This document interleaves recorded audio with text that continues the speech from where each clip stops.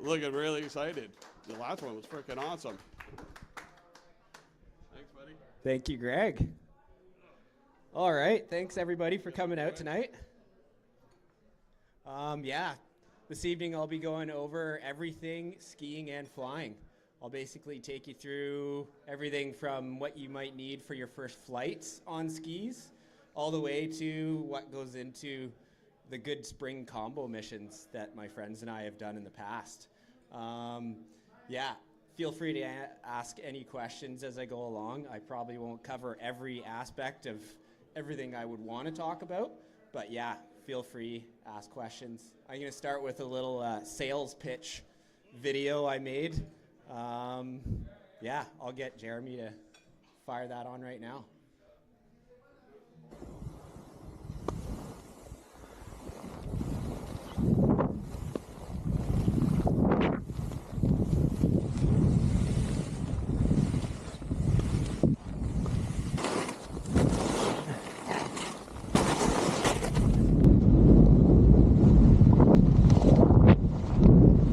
That's good, man. Fuck yeah.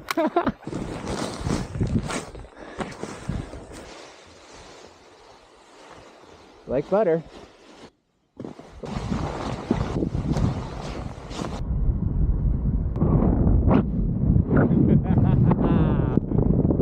Yeah. Oh, that's so good. So skiing and flying is really good. I don't know what else to say. It's just really good. I mean, where would you rather be right now?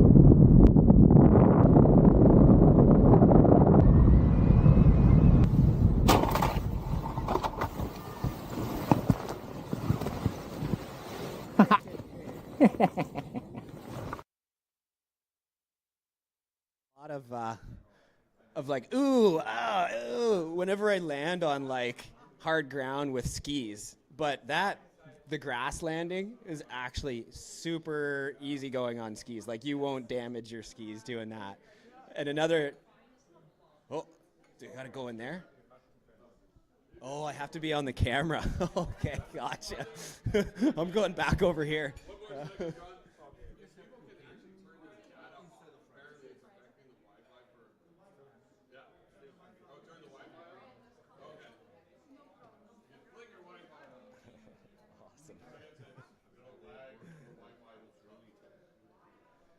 So yeah, in that last clip too, I mentioned, where would you rather be right now? And for me, it's a no-brainer. I love skiing and flying. I do it all winter long, but I'm sure there's a couple people in here that would be like, I'd rather be in Colombia, actually. But anyway, so I figured I'd start from square one. I grew up skiing in Ontario. My dad got me skiing by the age of 3 in a little place called Devil's Elbow outside of Bethany, Ontario. We went every weekend for years and years and years. Those are my 2 little brothers there. They joined us, and we were basically weekend warriors. It was full on. Like, we'd go there for first chair all the way to last run every single day, no matter if it was minus 25 or raining. I remember rainy days. I remember my hands being freezing going up the chairlift. You're like, Dad, I can't feel my hands. I can't feel my hands. He's like, just stick them in between your legs and wiggle your fingers. We're staying till last run. So there was this really deep-seated, passionate approach to skiing that my brothers and I were all brought up with. And that stuck with us for the rest of our lives up to this point. So yeah, as I grew, I didn't miss a single season of skiing. I kept at it thoroughly every single year. In my 20s, I moved out here to British Columbia. I came here for the mountains, pretty much. So it was obvious that the first thing I did was get a job at a local mountain teaching skiing, and skied as much as I could. I got into backcountry skiing a few years after moving here, and I thought that was the most amazing thing ever. Like, it was just all consuming. The possibilities were limitless. The lengths you could take it were huge. You could explore so many different places. Anyway, along came flying. Now, flying definitely added a third dimension to my skiing, and that was a beautiful thing. And I'll just get you to switch to the next slide here. So yeah, that's Devil's Elbow Ski Hill outside of Bethany, Ontario. You'll notice, they put these little, Paradise is 1,800 feet. No, that's the length of the run. Vertically, the ski hill was 100 vertical meters. It was tiny. So yeah, you could imagine skiing here run after run after run when it's like minus 20, doing the same run every time. Anyway, we loved it as kids, and until I moved out here, I didn't know any better. So there you go. So I'll get you to switch to the next slide. So skiing and flying. Like I said, I moved out here, I evolved into backcountry skiing, and then along came paragliding. Ever since I think it was just after my first bunch of flights under a paraglider, I started to realize, like, oh, dude, I'm totally gonna ski and fly. Like, it's a no-brainer. I don't remember going and thinking that prior to taking my P2 course, but it didn't take me long to realize, like, oh yeah, I'm mixing this. I'm mixing flying with skiing fully. So the first flights, so these are some of the basic things I would think about before flying my first ever flight. So the first thing is flying skills. When I started, I had a season of flying, took my P2 course, graduated, did a bunch of flying, got in some active air.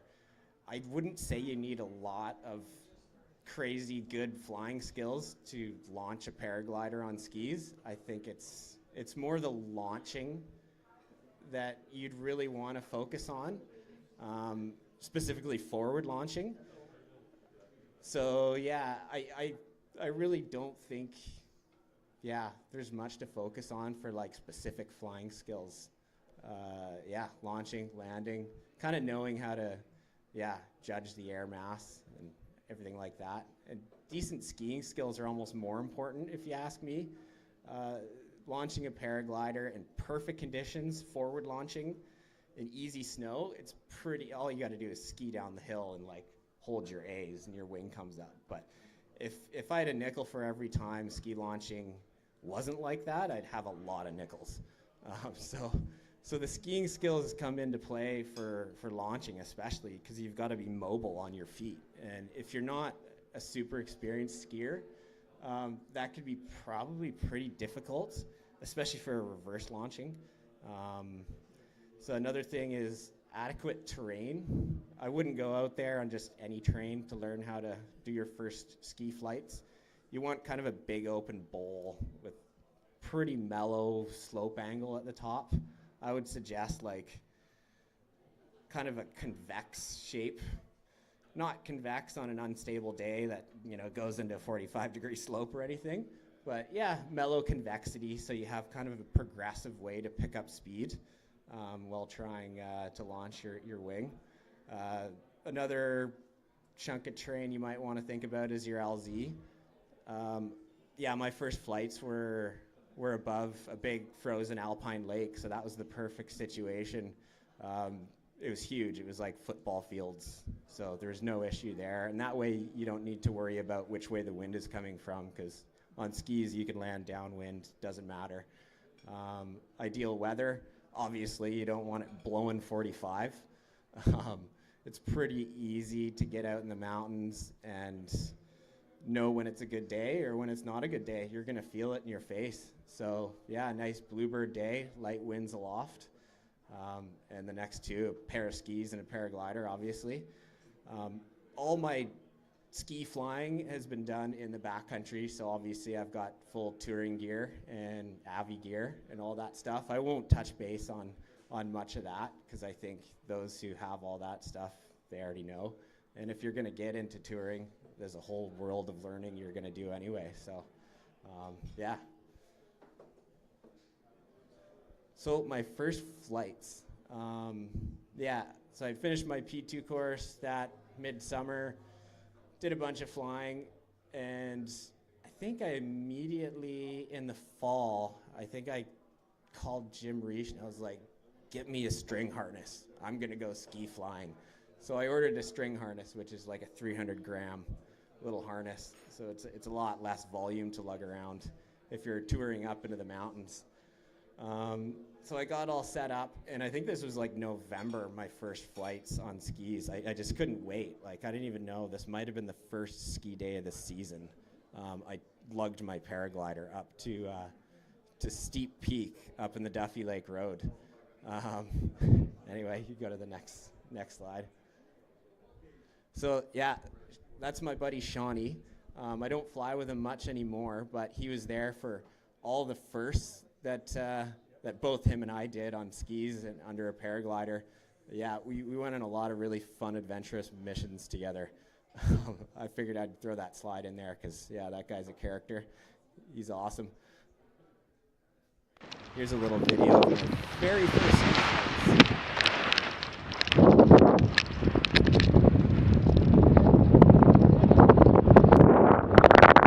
For the wind noise.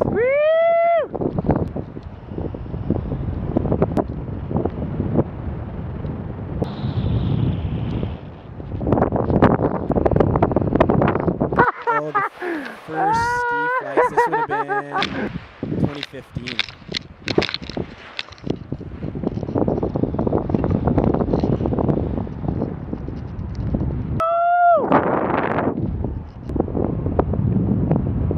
This is Steep Peak, or Dark Side Lake is where I'm about to land right now. So it's a fairly popular backcountry skiing destination up in the Duffy Lake Road. We are on Roar again. Here's another video later on in the season. For a little tour. I had done a whole bunch of Thermals are ski pumping. flying in between Wind's the perfect. video you just saw. And I'm and about to this drop one. into this. And this was pretty special because it involved thermaling with skis on my feet, which blew me away. Like, I was totally stoked. It was an unlocking of the potential that lay ahead.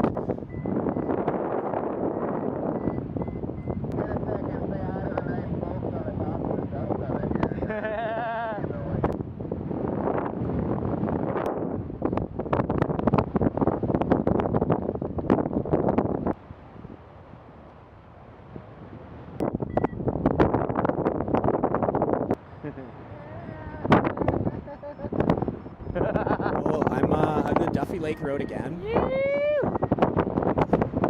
Oh, it's freezing fucking cold up here. It's fucking cold up here. Oh. Oh. So yeah, I launched off of Mount Roar in the Duffy Lake Road. Oh, God. This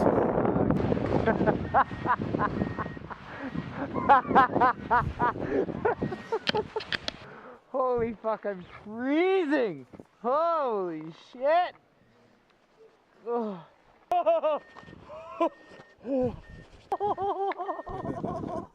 So as you can see, I was pretty excited. Like, I was on the moon at that point. I had just thermaled for, and I was honestly up there for I think over 2 hours, freezing my ass off, just because I thought it was amazing. Like, it was like, I could go land right now. I've had enough after the first 45 minutes. It's like, I'm gonna keep this going. Like, this is amazing. Like, who else is out here right now thermaling with skis on? And like, yeah, it was unreal. So yeah, very exciting time for me. Like I said, it was it unlocked the potential for me, the known potential. Now that I knew I could, launch a paraglider on skis and thermal as well, it was just like, oh, cha-ching, it's on now. Anyway, so what I learned over the first season of flying and skiing. So the first thing was that full-size wings are a little much, which, yeah, for ski launching, like, they can be quite sluggish.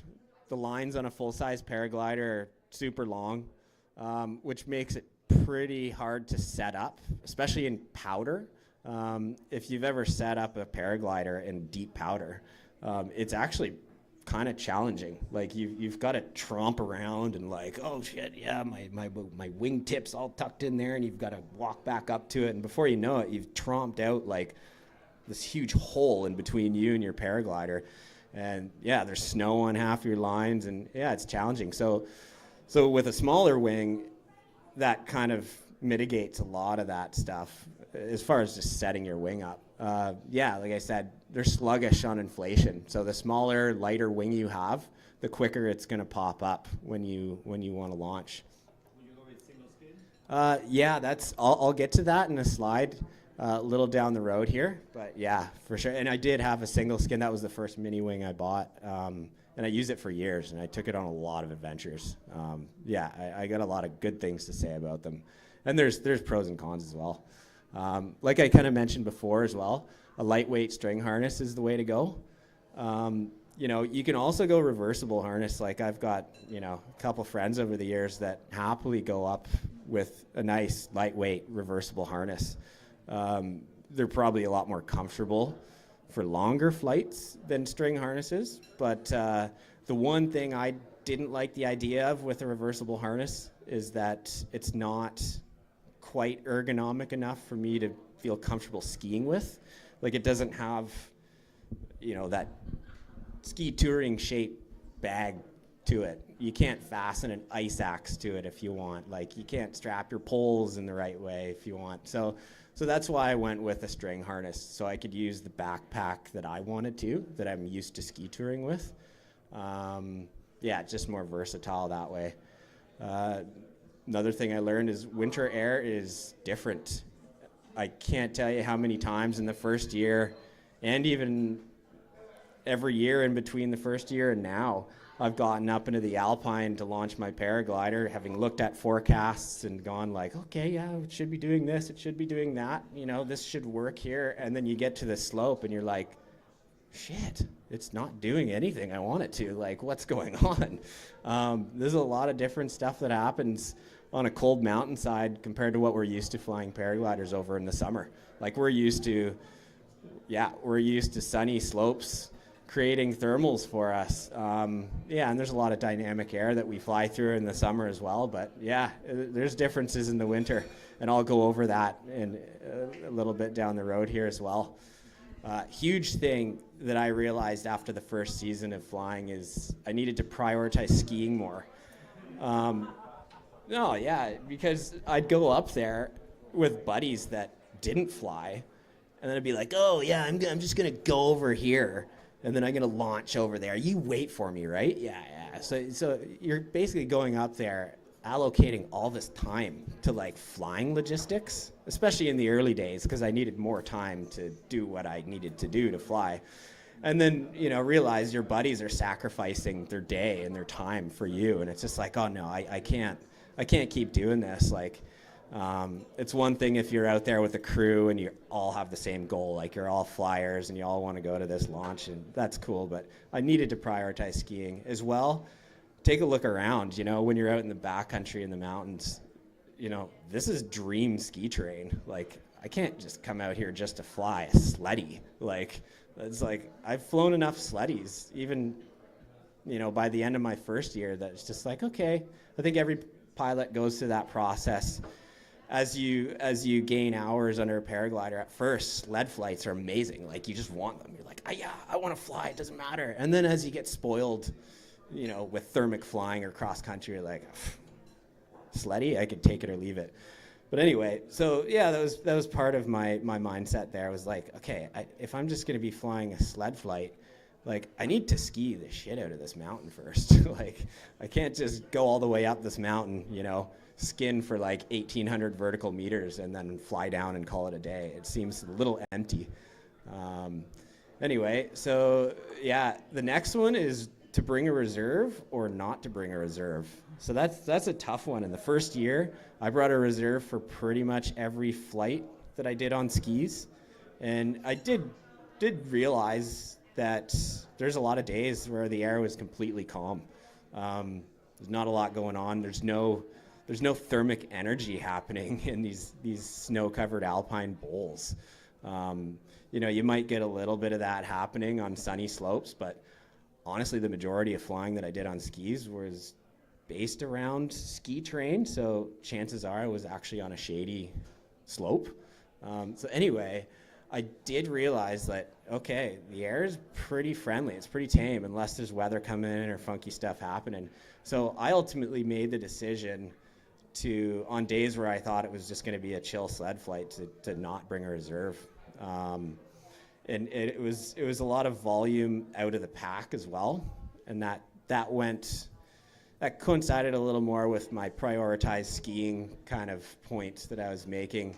I could now ski with a smaller bag and literally ski with all my flying kit, no problem. So now, I'm not going to stand up here and go, oh yeah, you shouldn't bring a reserve ski flying ever. I think that's going to be up to whoever wants to go and try this. Like, I wouldn't suggest just, no going the reserve at all. That's just the route I took and still take for most of my winter ski flying, just because it makes sense. I also, at this point in my flying, I'm pretty good at judging what the air is going to be like to fly through. Like, if I'm up in an alpine ridge and kind of have a really good idea what the wind's doing, what ridges are doing around me, and what it might be like in the middle of the valley or over by that ridge or this ridge, I've got a pretty good idea on, the turbulence I might put myself in. So yeah, I think a lot goes into the reserve, no reserve question. But yeah, that's basically my take on it. Anyway, next slide. So season 2 and beyond, getting after it with a purpose. So like I was just kind of starting to say there, if I'm out with ground dwellers, follow through with ski objectives first. So yeah, I really focused on that. Yeah, skiing with your buddies all day and getting the really good runs, and then trying to use your paraglider as an exit tool was much more appealing than, saying, hey guys, I'm gonna go over here and be an asshole and screw up your day and fly this stupid sled flight. So yeah, I basically started doing, using flight as just an exit. And it's an amazing way to avoid a bad ski exit, which in the Coast Range, we get a lot of pretty nasty exits, especially early season. So there are many days where the skiing's really, really good up high, but getting back to your car is just terrible. So that is, like, to this day, I think the perfect purpose for a paraglider in a pair of skis, basically, is just to get you down to your truck and avoid the bad snow and the challenging exits. It's a really cool way as well to link up different terrain features. I've done a couple trips where you'd go out and you'd go up one mountain, and you literally, whether you ski or run or not, you can glide over to another mountain, and then you can tour up it and ski a line there, and then you can glide over to another mountain or back to your car. It's a really, really interesting way to do a day of skiing in the backcountry. It kind of broadens the amount of terrain you can access. Yeah, it really adds another dimension to skiing in the backcountry. I think a big part of backcountry skiing for me, and climbing and flying, is just the challenges that you're posed.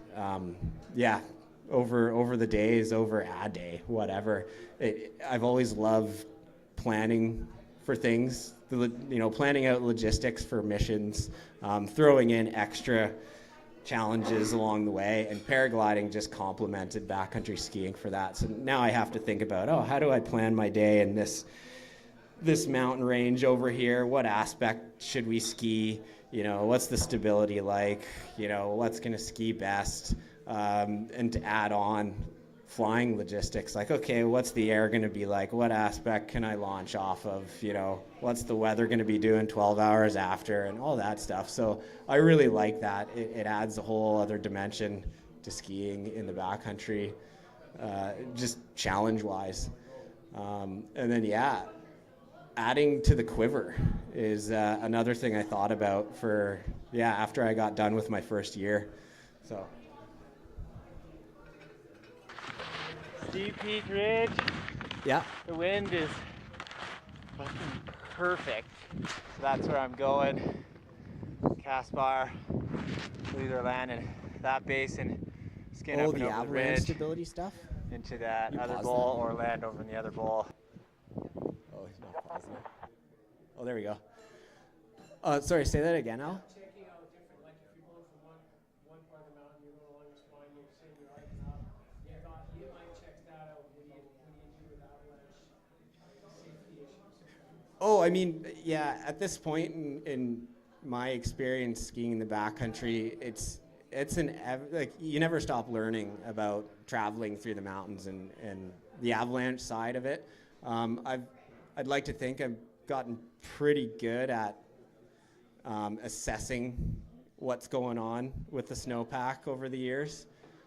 I think to truly move freely through the mountain, you've got to go beyond just like, oh, I'm going to dig a pit here, and oh, the avalanche rating is moderate or considerable here. Over the years, it is quite possible to develop a really, really fluid way of, observing, assessing, changing your objective as you go throughout the day. So yeah, there's a lot that goes into it. I could probably talk for hours just on that subject alone, because there's so much to cover. But yeah, it's a very important thing, especially if you're like, oh yeah, I think ski touring is cool, but I love ski flying. I want to go try that. Like, you are going into the mountains, so you definitely want to be very aware of what you're getting into. The backcountry is a pretty real place. Anyway, you can. If it plays. I bring. Yes. Yes, I do. So this is a little ski fly traverse I did from Steep Peak all the way to Cirrus Creek, and it's kind of a cool example of like the distance you can travel with a paraglider and a pair of skis. So here I am heading towards Mount Caspar, and I'm gonna land in a little pinner opening in the trees. And here we are. So landing on Caspar. snow is Pretty stoked. All actually we got to do is really, go up and over Caspar. really and cushy. You can land advantage, going uphill. Duke call and I don't know exactly where I launched from. Somewhere over there. So now I'm basically kind of traversing terrain on Mount Caspar, and then I'm going to climb to near the top of it, well, and then I'll launch again and then fly way over there somewhere. And this was a solo trip. Like, this was a good example of just getting out there on a solid day with great stability and good conditions and just going. right on. What's that? No, I don't have a reserve for any of these. Like we're putting her down here.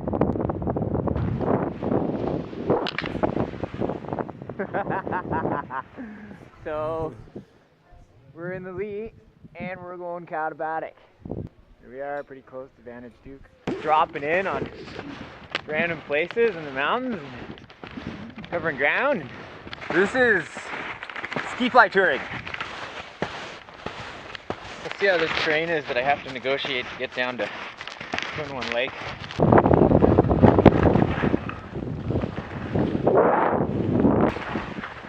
Yeah, What's that? we're getting there. We're there. We're there.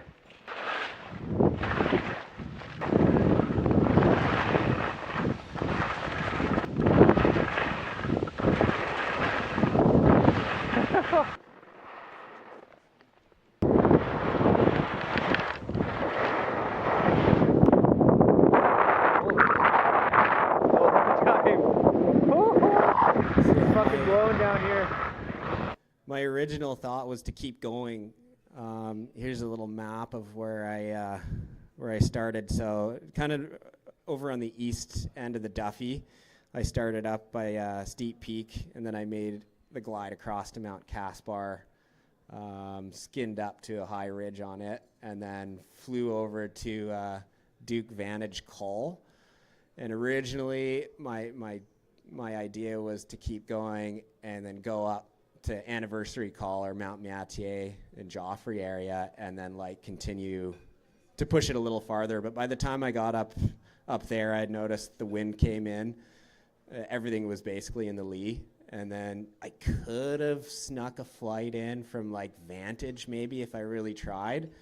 But yeah, the weather that was coming in was kind of a little funky. Like I didn't like the the feel of it. And it was a really good call because by the time I got back down to like here, down to the subalpine, like the small stunted, you know, trees in the subalpine were actually bending a little bit. So it's amazing, you know, what can happen mid-valley, like mid elevation on a mountain wind-wise, even though you've experienced the whole day's just been like, oh yeah, it's been calm, it's been really easy going, and then a couple hours go by and it's like, oh dude, you wouldn't want to be in the air at all. So you got to be really careful when you're in the mountains in the winter. Weather can change quite rapidly. Anyway, we'll take it to the next slide.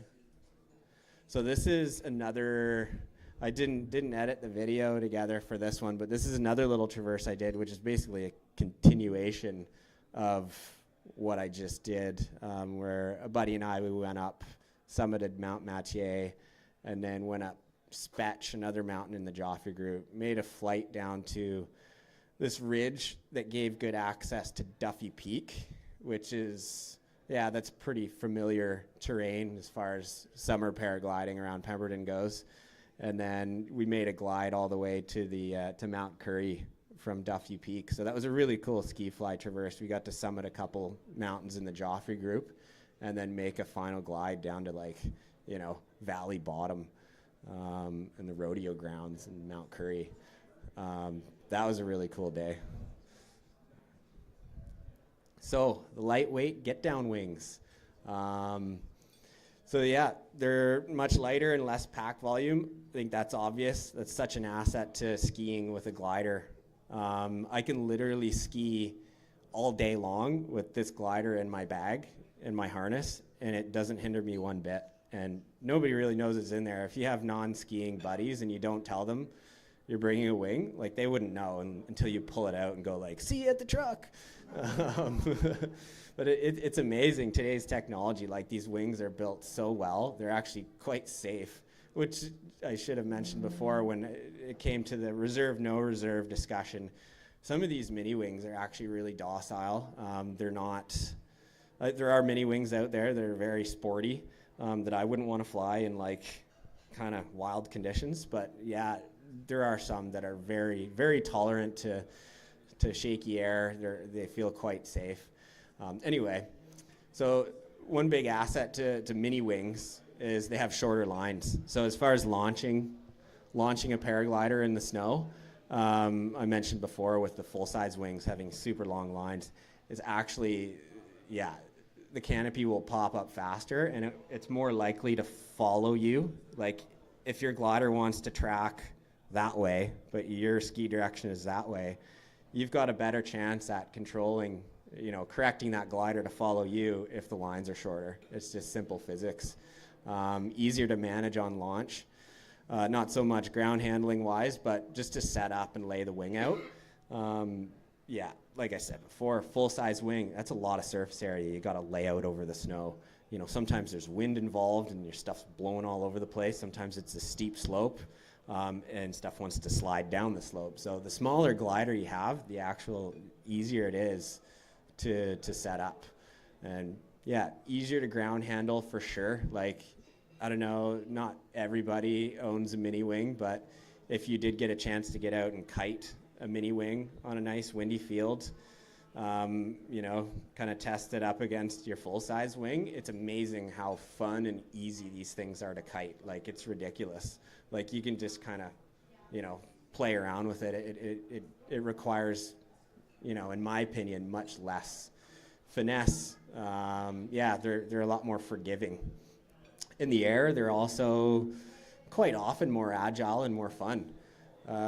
Which is kind of cool if you're just using it to get down a mountain. Like, I don't need this thing to thermal well. I don't need it to glide like ridiculously amazingly. Like, this isn't my glide machine wing. This is my get down wing. So to be able to kind of roll it right into some nice wing overs or have a little bit of a divey property to it is kind of fun. It can make your way down the mountain Yeah, have a lot of laughs. So best sizes, I was, battling whether or not to like put that in there because I think, it's arguable. I've got friends with 13 meter, 14 meter mini wings that honestly fly like small little paragliders. Like they're not sporty. Like if you buy an entry level speed wing at 13 or 14 meters, yeah, that's a speed wing. That thing's gonna, it's gonna have teeth. But yeah, these little 13, 14 meter mini wings are actually pretty impressive. That being said, my choice has always been kind of 18, 19 meter. That's what I've owned. That's what I know. 16 meter, after flying my single surface paraglider for a few years, I was like, I had an 18 meter single surface, and I felt like I should have gotten a 16 because it would have felt more loaded. Some of these mini wings, yeah, when you do the math on like loading per square meter, thinking like, oh yeah, this is going to be a hot wing, it's much less than 23 square meters, what I'm used to. But in all honesty, some of these mini wings are designed to fly under heavier loads. So yeah, anyway, that brings me to talking about the single surface glider as well. Yeah, so that's the one I started on. I think they're great machines. Like the perks of a single surface paraglider, it takes like nothing to launch them. Like I can forward launch that thing and have it above my head in like 2 or 3 feet of travel on the ground in no wind. It's amazing. And that's not much of an exaggeration either. Like these things are impressive. Like you can launch them off scary places, like scary small launches, like and I have a couple times. It's quite impressive. I wouldn't say go do that, but yeah, they have their perks. One thing that single surfaces really suck at is flaring. So if you get a single surface paraglider and you go and land somewhere with a little rough ground, I think that's your real risk right there. I've had a couple landings with my 18 meter skin on like river bars, like rocks beside rivers, and you get dropped because it's windy or whatever, the air is doing funky things, and yeah, they come down hard, like they have no flare. So with a single surface paraglider, I learned to focus, like mine has little trimmers on them, so I open my trimmers to get as much energy out of the single surface glider as I possibly can, and then try and dive into a landing. So you're basically bringing in as much energy as you can for flare. Because if you come in slow on a single surface paraglider, there's like no flare. And I know there's numerous different models out there. Some may be a little better than others, but I think it's pretty much probably the same throughout all of them. It's just what you get. There's pros and cons. But yeah, single surfaces, they fly well. They're quite boring to fly. They're so docile and like dampened in every way. They're actually really safe. It's amazing. Like I've gotten little tip tucks on the thing, and it's like, oh, it reinflates like in a quarter of a second instead of like 1 second that would be on my normal wing. They're quite safe, but yeah, they're not very energetic. Like if you try and do a wing over on a single surface wing, especially an 18 meter size that I'm used to, it's like it's impossible. You can't even get that thing to roll. Like it's crazy. So yeah, and that's why I kind of switched to a double surface wing, because then you get a little more performance out of it. I mean, the flare on this wing is amazing. You can land it wherever. On launch, when it's windy, especially on skis, one thing I got tired of with my single surface was dealing with wind. Now, a single surface, it's like putting a giant umbrella in front of you on in a hurricane. Like when you expose that single surface glider to the wind, to like 25K gusty, switchy wind in the Alpine, that thing wants to do everything. Like it's really hard to handle a single surface paraglider on a high mountain ridge. Whereas when you get a double surface, it's going to act more like a real paraglider. Much easier to handle. Yeah. Hope that answers a little bit of single surface questions. All right. Rowsom crest and fly, buddy. This is just a little You can see video the of- steep terrain and severe mountain weather conditions are a hazard, but you don't say anything about flying in outflow. They should put that on the sign, Ian. Outflow winds for your exit flight may be a hazard. The snow is top notch. The outflow is pumping, but that means we can hope that it subsides while we burn a lap or two. So this is a day Ian and I did a couple weeks ago, actually. We did the Rowsom Crest Trail and went skiing.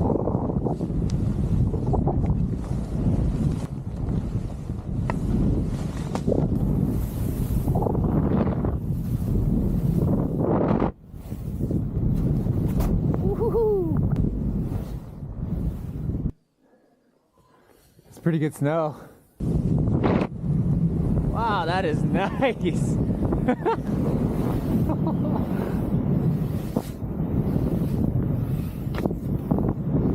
Woo-hoo-hoo-hoo! Woo-hoo! Well, that's behind the West Lion. It's actually a really beautiful place. Like if you have a get down wing and you know the area and where you have to land, like it's an amazing place to go skiing, but it sucks to get down the 99% of conditions we have because you got to go back down to sea level. Ow!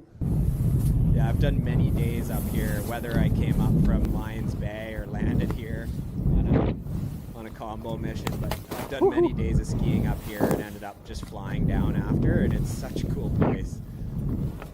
It's a cheeky way to not have to suffer. We just picked up our stash. Ian's got his stash. I've got my stash. Now we're gonna make an easy go down to the vehicle. Hey, buddy.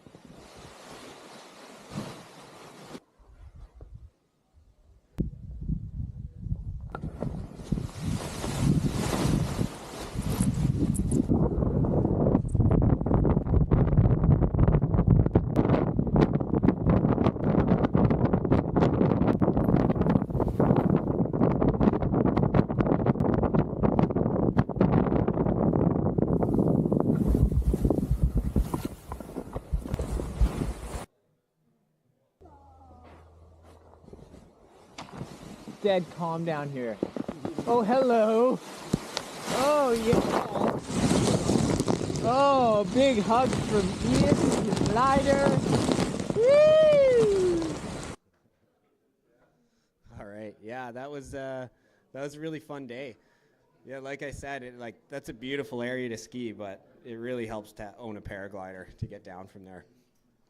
So yeah, speed wings. It was like an immediate thought for me after a couple years of paragliding and then getting into skiing and flying. I was like, oh, speed riding looks delicious. Like it was something I couldn't hold back from. But yeah, they're definitely, it's its own thing. It's an acquired taste. I think, if you're thinking about getting it, for winter or because you like the idea of it, yeah, it's definitely, it's its own realm. They're definitely not paragliders. You can't fly them the same as a paraglider. They won't handle the same as a paraglider. Those are kind of just really basic things, differences. They demand so much respect. Like when you take one of these things out into the backcountry, yeah, things could go bad so fast if you screw up. That being said, on a good day, if you treat these things with respect and learn how to use them, yeah, they're absolutely amazing. Like I think this is one of the coolest things I've ever done is gotten into speed riding. Yeah, you can be skiing turns on kind of a mellow slope over an ice fall of a glacier and literally just ski off of it and then look back and you're like, oh, there's a bunch of seracs. Cool, I'm gonna bank a turn. Like it's pretty amazing. They allow for a lot more interaction with terrain. Like I said, like the idea of speed riding is, you're skiing with a canopy over your head, and whenever it makes sense to take flight, you take flight. I've never really gotten to the stuff they do in the Alps, some of the real the real G's out in the Alps, like doing the crazy, awesome speed riding lines. Like, I don't have a speed riding wing that small. I've kind of downgraded in sizes very modestly. Like, that's an 11-meter speed wing. That's the one I currently have. It's actually a little big for speed riding because it just wants to fly. Now 11 meters for foot launching that's a very ideal small size. Like, it's a no bullshit size. But anyway, it aligns better with ground dwelling skiers. So if you bring a mini wing or full size wing or whatever up the mountain with your skiing buddies, and you're like, okay, yeah, there comes a time where you have to be like, yeah, I'll see you down at the valley bottom. You're totally splitting up logistically. It's a pretty major thing. Whereas with a speed wing, you could actually do the same lap that your buddies are skiing with your speed wing, and it's pretty cool. So your buddies can have eyes on you, you can have eyes on your buddy, and ski the same terrain, ride the same terrain. It's a pretty versatile thing, and that's one of the things I'm on a continuous mission to just kind of refine my gear ups and my gear downs, so I can just be as efficient as possible. So I can totally casually just bust out my wing and do a lap alongside with my ski buddies and pack it up as fast as possible, which is easier said than done. I'm a little bit of a yard sale too with my gear sometimes, but yeah. So these things are very fast, but they're also very fun. So I'll get you to play the next clip. Here's a little riding video that I put together for the past couple days, the past couple years.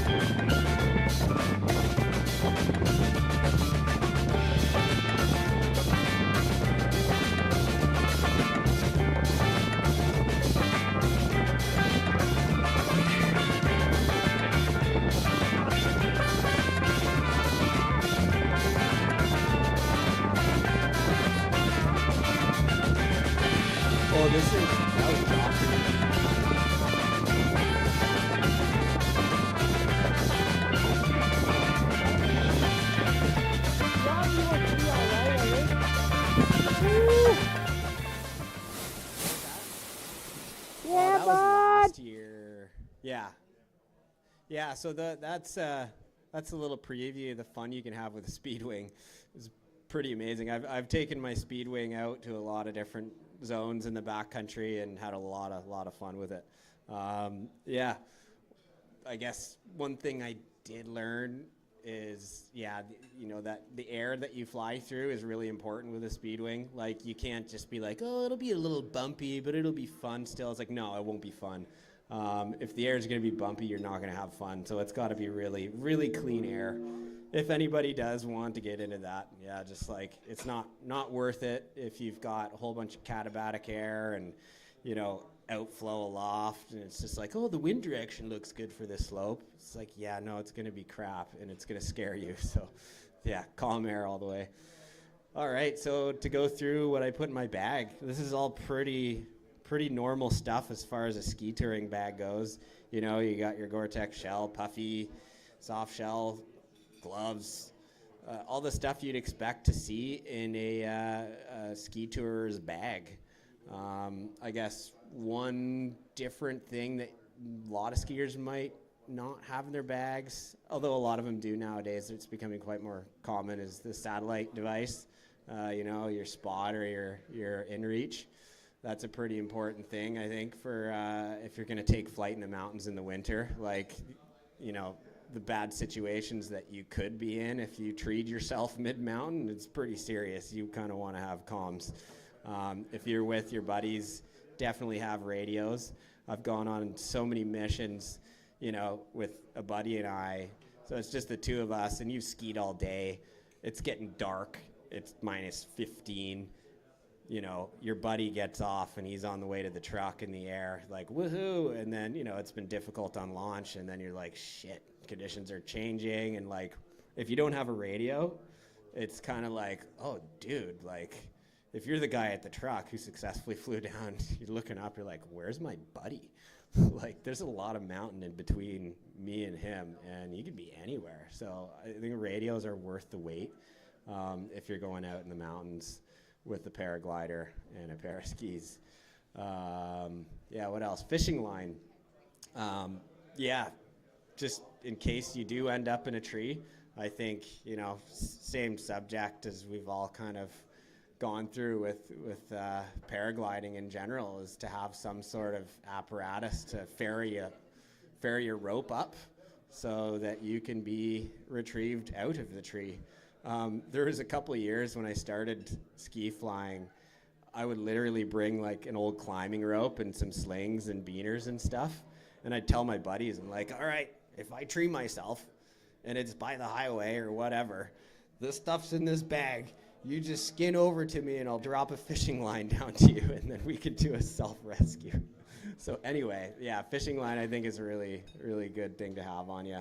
It could speed up, rescue out of a tree, which would be important. In the winter, like, it's one thing to be treed in the summer. It's pretty warm, pretty nice. In the winter, like, hypothermia is a huge issue, really fast. Like, you don't want to be in that tree for long.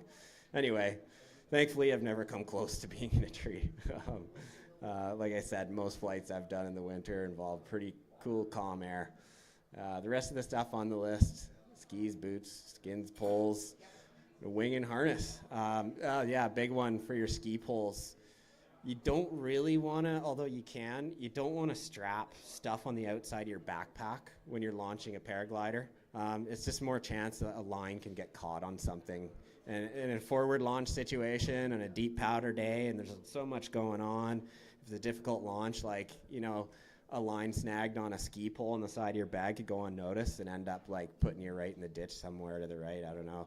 It's I have those 3-piece old Black Diamond expedition poles that I can collapse down, fit all the way in my bag. That's one piece of advice I would give on that. The launch. So there's so much to say about the launch. I think it's the most difficult part of ski flying, because it's so variable sometimes. You can get amazing conditions, and if you look up on a snow-covered mountain, on the right aspect, on the right day, it's just like, dude, there's hectares of launch up there. It's crazy. It's like, how could this be difficult? And some days it's not difficult. Other days it's quite complex to find a launch that's facing the right direction, has the right slope grade, all the above. Yeah, I would say the most important thing is for sure the launch and finding the launch and some of the techniques going into it. And I'll get you to the launch. This is a little video of like a whole bunch of launches I've done over the years. Just a collage of launches.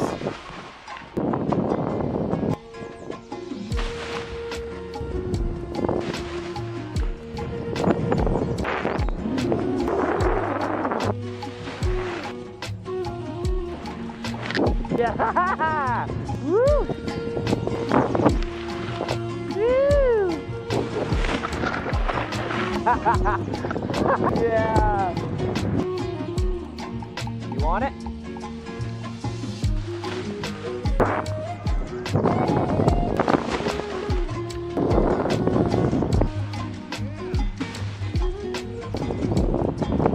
Yeah! Woo!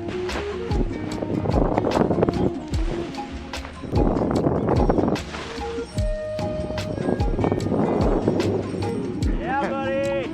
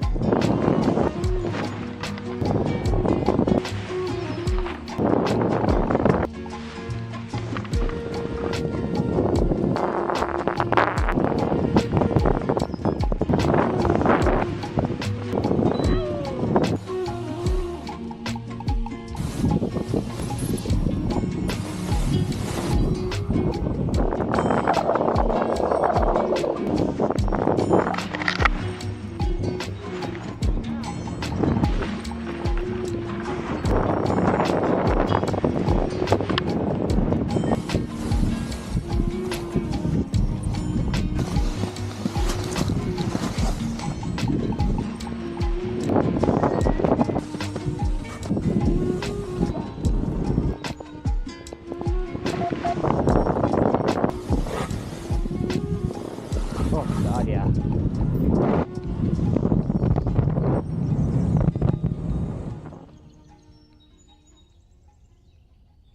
Yeah, I'll get you to switch one more.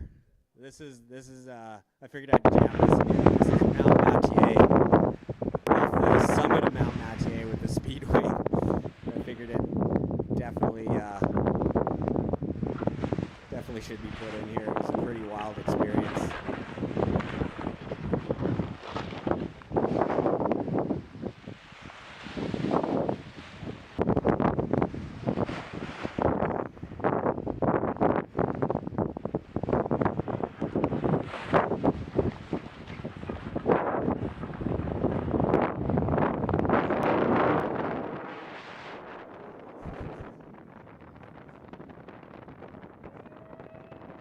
So yeah, this was one of those things where I was like, I bet you I could launch a wing off of the summit of Mathieu, like, and it became this thing. I was like, yeah, I'm just gonna wait for the right day, and maybe I'll just try it. And yeah, the day came along. I was like, oh, I'll go on a little solo mission. The snow is quite stable, and the winds look decent, so I gave it a shot.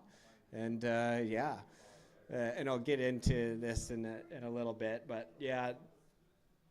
On in the high alpine on a mountaintop in the winter, the air rarely just goes up the mountain and hits it perfectly at ridge crest. Like, no, it always slides over from the sides. Like you'll very rarely on a northern-ish aspect anyway get the wind coming straight up to the ridge crest. Like, it just doesn't happen. Anyway, so yeah, the forward launch, even if it's arguably reversible.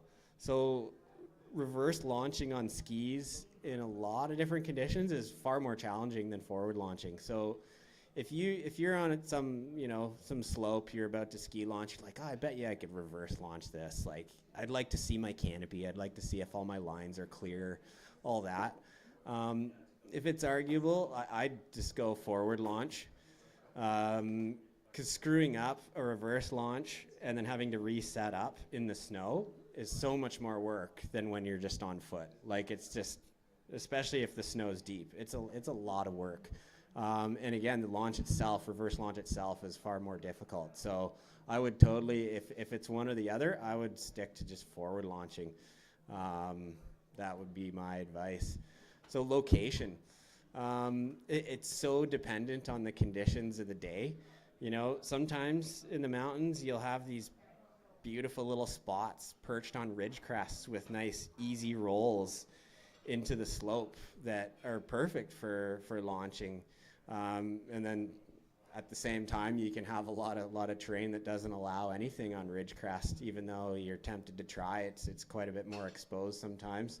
So yeah, I find the most success I've had is like just under ridge crests. And again, I'll mention like more northerly aspects because that's generally where the best skiing is. I find it's usually better to be just underneath ridgecrest on a slope that's, you know, obviously oriented into the airflow that you're getting for the day. But yeah, on a nice terrain feature that's a little more forgiving, maybe not, you know, off of a steep ridgecrest. Lay the glider out from above.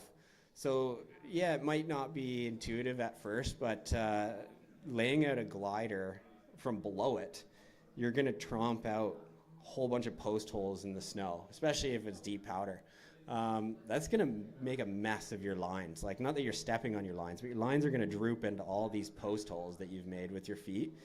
And it's just going to be a mess. And especially if you're forward launching, you're not going to, you know, you're going to have a harder time looking at all your lines and, you know, seeing if they look good if there's just post holes everywhere. So what I like to do on especially deeper powder days is track above the canopy and lay it out, like spread out the canopy span-wise from above. Try not to kick snow in your cells. If you do, no big deal. Hopefully you have a little hanging spot for your glider at home. But yeah, it's much nicer not to tromp out the area where your lines are. If needed, anchoring the wing to the slope is a good idea. So what I do for this, on a steeper slope, like if I'm kind of pinched and it's just like, oh, this is the only slope I can launch off of that has terrain fall out from underneath it, enabling me to stay in the air and not bottom out, I'll have to go up onto a steeper slope.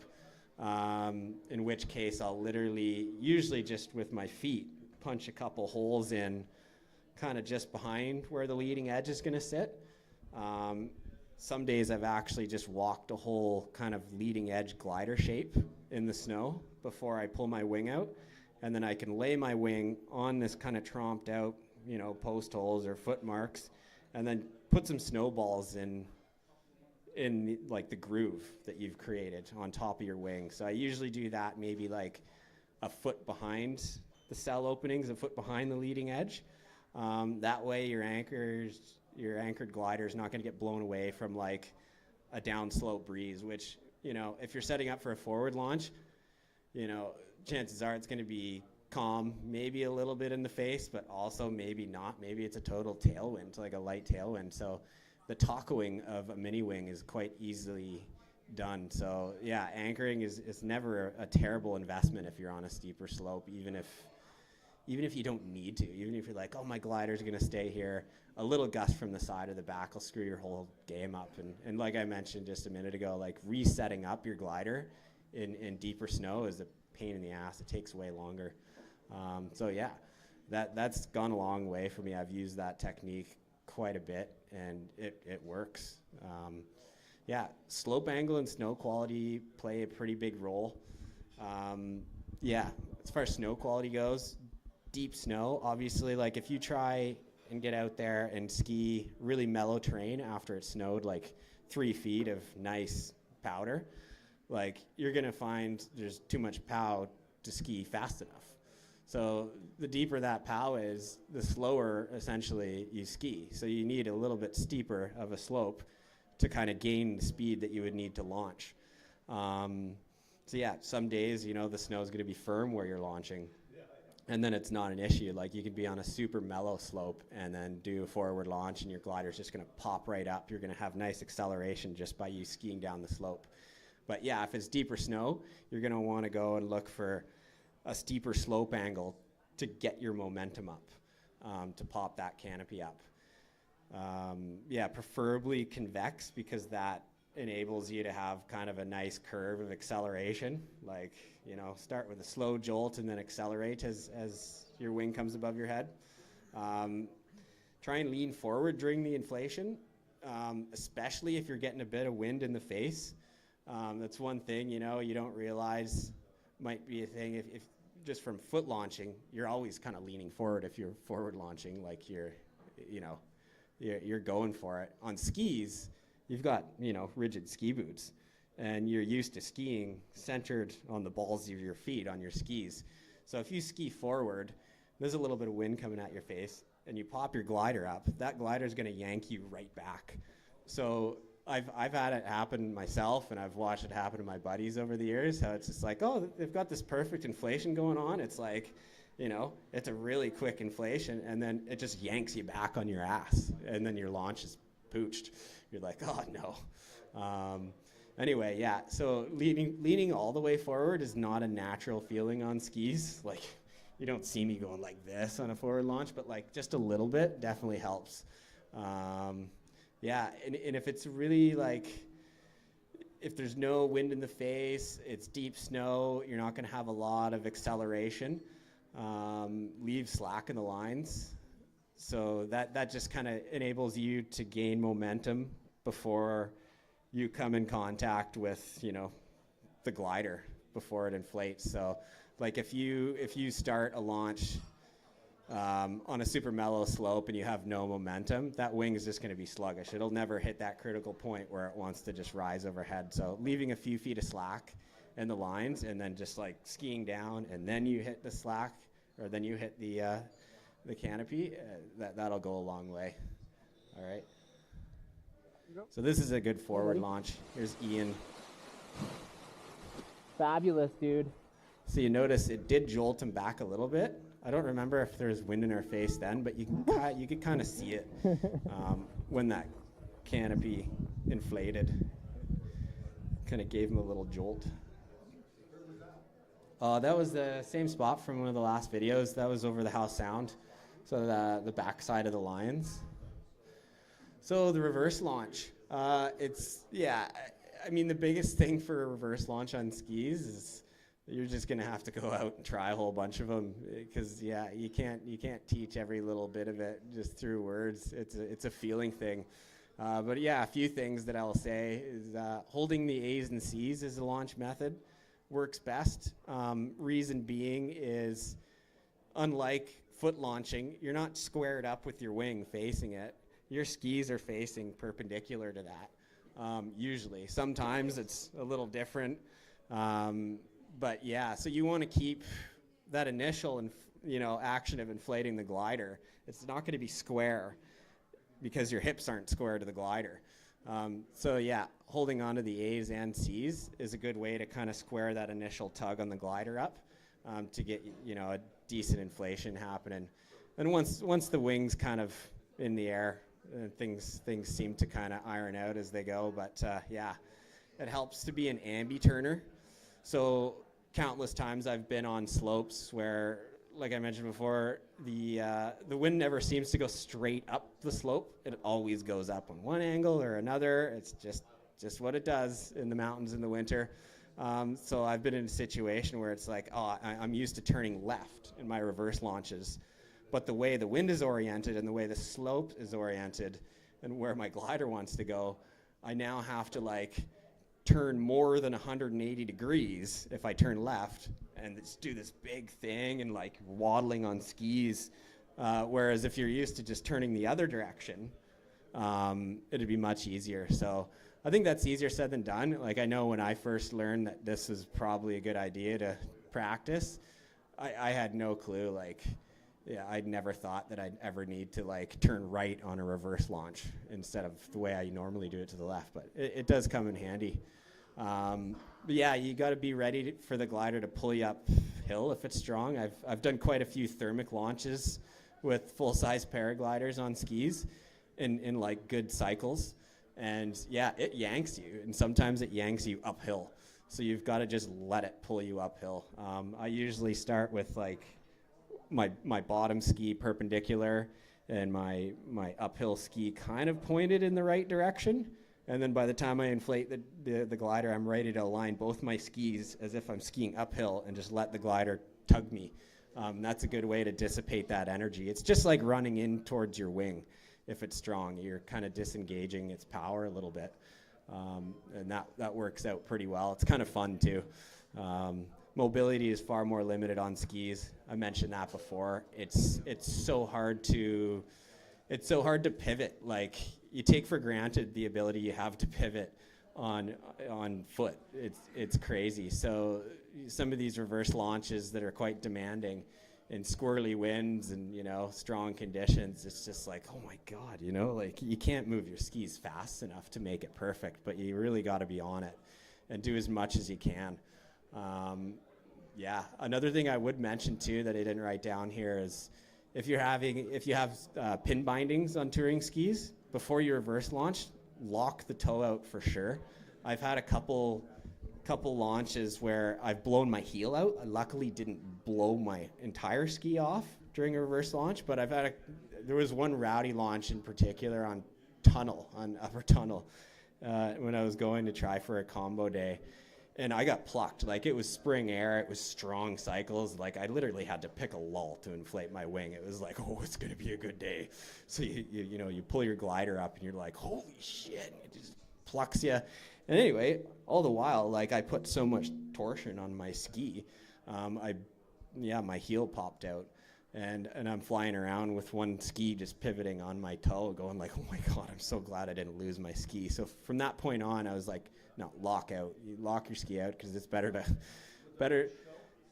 A leash, you know what? A leash would help, but then you've got a dangling ski, you know, and that's probably pretty deadly. Like, I've thought about that as well. And like, it's a good thought to be like, oh, at least I have a leash and I don't lose my ski. But then it's like, dude, you've got a, 180 centimeter weapon dangling underneath you, which is like, But yeah, I mean, a lot of guys use leashes, and it's kind of the same thing. If you bail and you have a big fall and you have a leash on, you've got to deal with that ski kind of whipping around. But yeah, that's a good point. All right.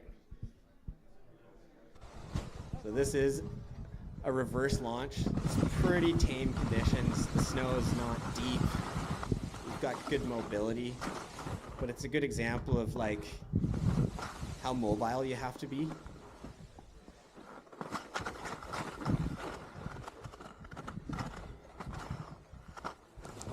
Hi, buddy.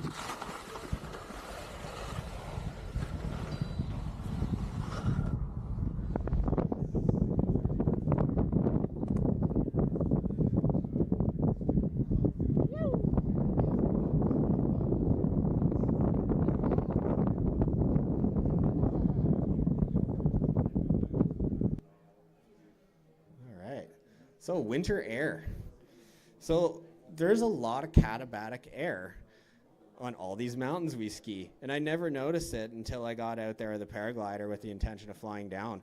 But the stuff's everywhere where the sun don't shine on most days, even in right side up air masses. Like, you're like, oh my God, it's really going katabatic.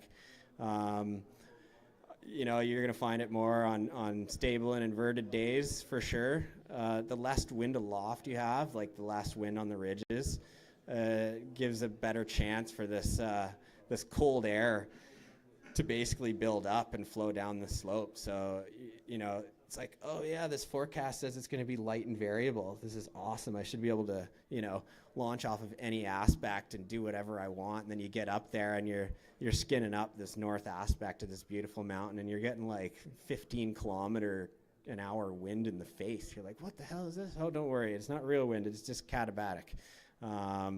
So yeah, it can kind of surprise you if you're not ready for it. Yeah, another factor is the clearer the sky is, the more radiative cooling happens. Yeah, makes sense. It's the same conditions if you're a skier, especially a backcountry skier. The growth of surface hoar that happens. It's the same kind of condition that you need for that. The radiative cooling that happens on the surface of the snow happens under clear skies. Like, you don't get that same radiative cooling underneath clouds. It's a really cool thing, actually. And the higher you are in the mountain, the more potential that radiative cooling has, as well as like lower humidity days. So the divergence around terrain that I've experienced is like seemingly everywhere in midwinter air. I think it's less so as the season progresses into spring, but yeah, same thing, unstable and inverted days. Like you look at like the rasp and you're like, oh yeah, the wind's gonna be perfect for me to launch off of this beautiful like north-northwest feature at 2,400 meters. It's gonna be great. And then you get up there and it's totally cross. It's just like, why does this always happen? Like, what's going on? Like, I've had that happen so many times. And then it took me a while to kind of start painting the picture.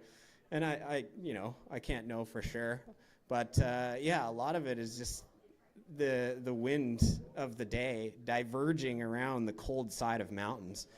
And a lot of air masses, there's not a lot of lapse rate going on in the middle of winter. Like, the air is quite stable. So there's no real reason for this air to move up and over large chunks of terrain, so it flows around it. And yeah, even on a micro scale on these little shady slopes, like I've witnessed things, as far as I can see anyway, that totally point to just this wind locally in the mountains just diverging around all this terrain. You can even feel it on ridge crest, I swear. Like it doesn't want to go straight up things. It just wants to fling off to the side. It wants to take the easiest route around. In a stable air mass, it's not up and over, it's around.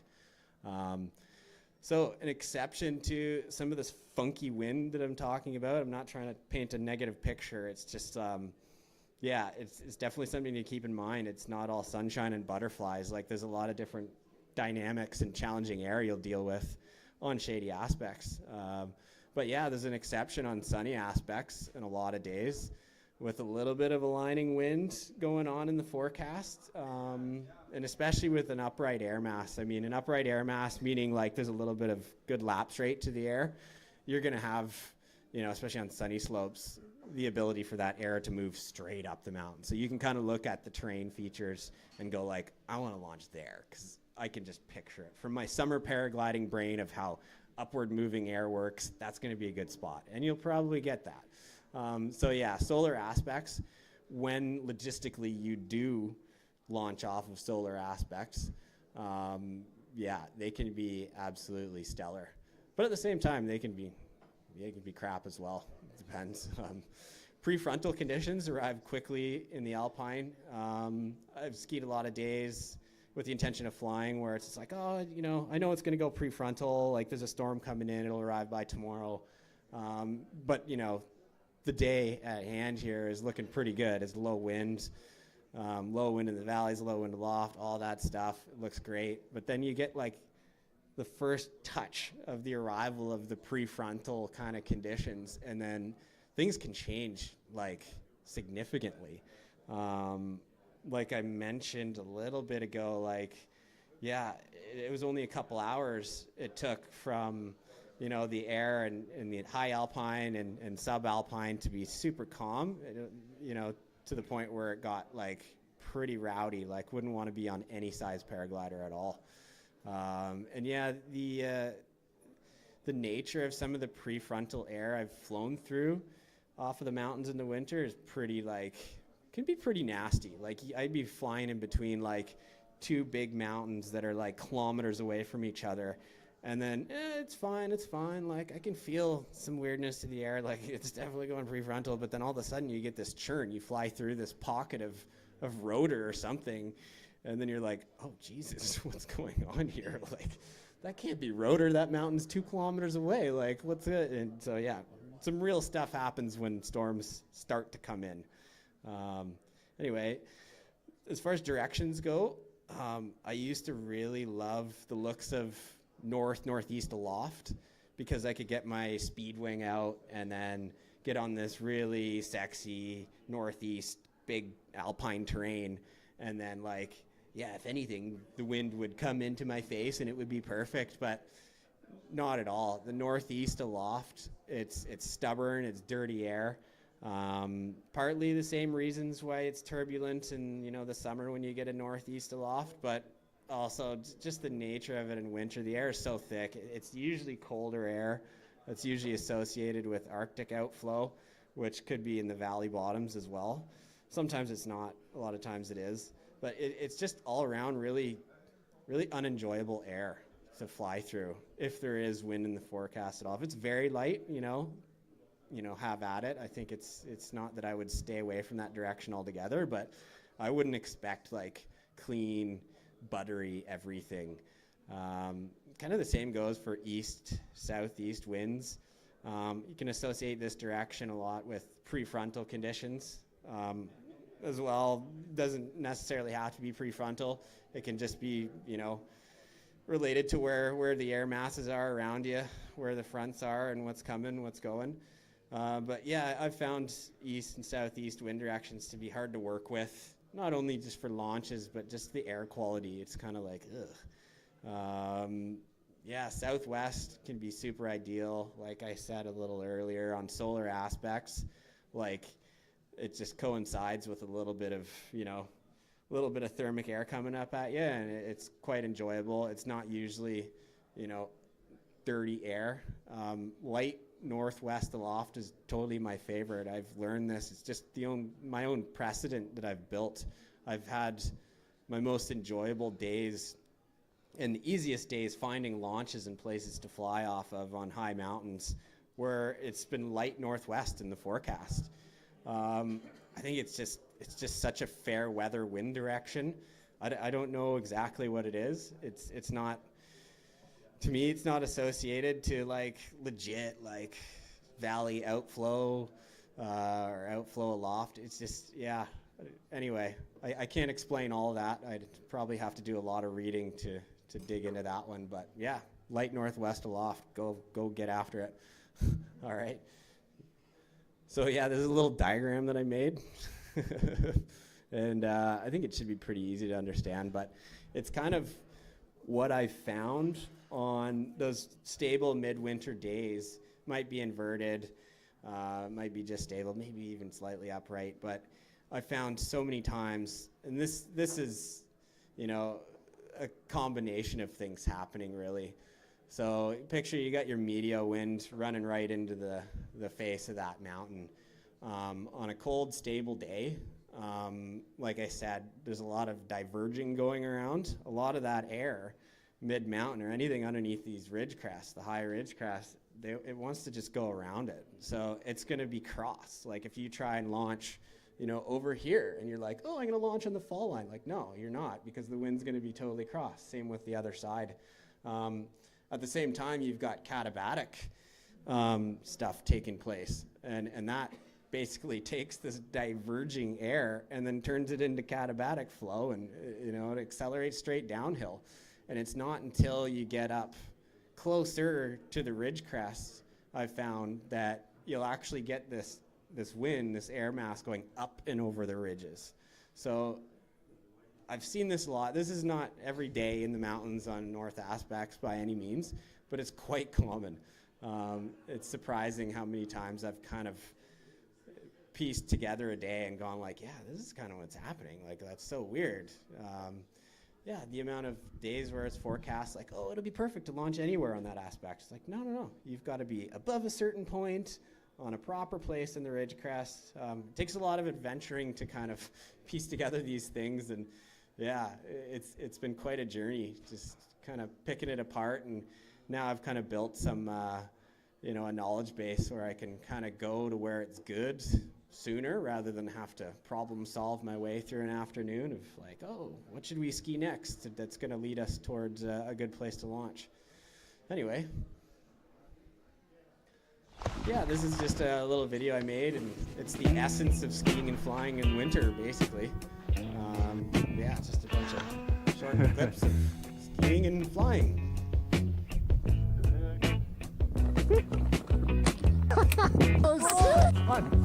One, two, three. They're all there for you. Concentration tends to fall in the shadows. Leave skepticism at the door. Whoa. A rapid tap, a tap, table tap. If you've been out one you'd like to talk to.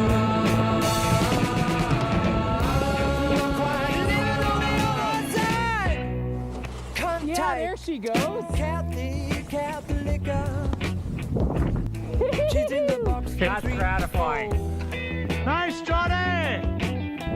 The planned avalanche. Rocky rock and roller. Sometimes up, sometimes down. In the long run, take the path down on the ground. Between lost belief and gross fear. Have you any idea how much you have?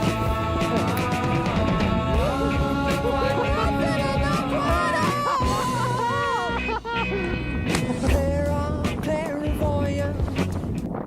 Her consultation is tenfold.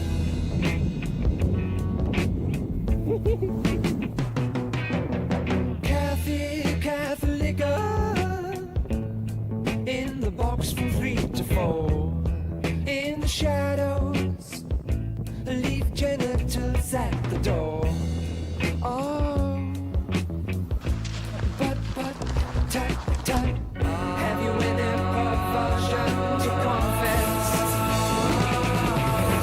To the ruby castle on the other side. Clairvoyant. Her consultation is 10 to 4.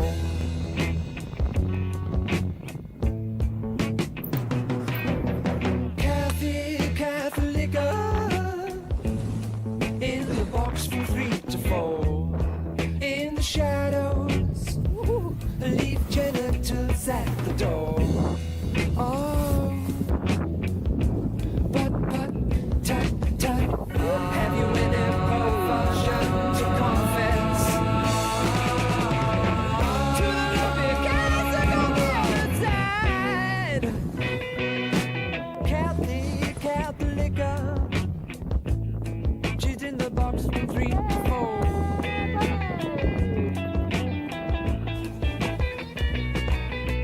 Rocky rock and roller. Oh, yeah. Sometimes up, sometimes down. In the long run, take the path down on the ground. Between lost belief and gross fear. Have you any idea how much you have?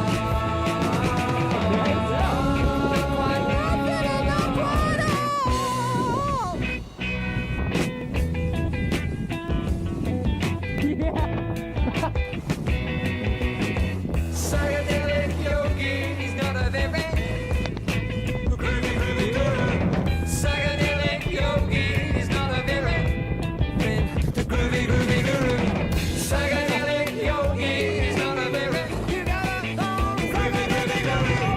Psychedelic yogi, he's not a very chico groovy guru.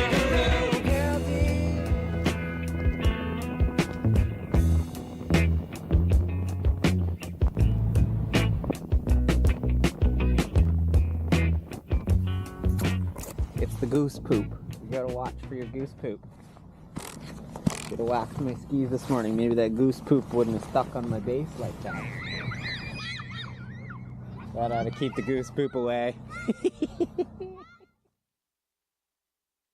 Yeah, that was the last thing I was worried about with my skis on that one. You know, sometimes you're like, oh no, if I don't land here, where am I going to damage my skis somewhere else? And it's like, no, you're just going to get goose poop on them. Yeah, that was like kind of just in a nutshell, in a fast motion kind of way, like how I envision skiing and flying. Like, as you can see, it was mostly skiing and just flying down afterwards. Like I said from the beginning, like that's been my approach. I love skiing.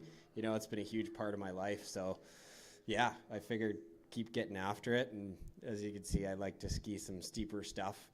I've kind of grown to love that over the years. Yeah, anyway, you can, I think that's the one we just watched. Yeah. So now we're entering the realm of the combo. Yeah, this is like a culmination of everything I could ever, hope for with flying and skiing. Like, I can remember, I think it was 2017, where my buddy Shawnee and I He was that guy in the picture way earlier in the presentation. We had basically, I mean, we're basically still rookies. Like, we've got, you know, a couple seasons under our belt now. You know, totally skiing and flying and thermaling in the summer and all that. But yeah, we were skiing one day in April, going like, man, we gotta, like, look at the RASP tomorrow, Shawnee. Should we fly or ski? Like, what should we do? And then it's just like, oh, dude, I really think, like, we should try both. And I had thought about this for a while by then. But, yeah, we actually pulled it together. And we went home and we got our gear together. And, yeah, we went and sent it. We skinned up to Upper Launch in Pemberton and made our way down the ridge and kind of landed down by Barber. It was a really cool journey. Like, it was a total yard sale. Like, I don't know, we were so young and inexperienced, and we knew it could work, but, like, you know, yeah, just looking back, it was just like we were throwing crap at a wall, to see if it would stick. It was pretty sweet, and it did. Anyway, keep going. We are in the So this is us in 2017. Do you guys have a helicopter? Just working out the Yeah. kinks. Stereo just hang dangling.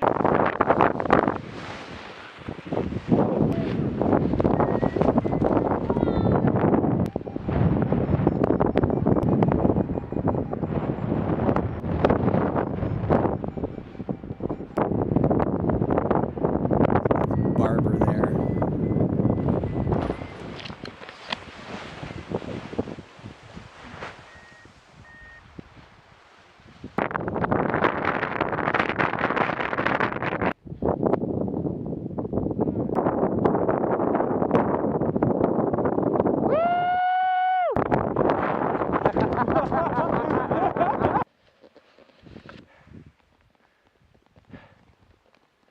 How did we get here? I have no idea.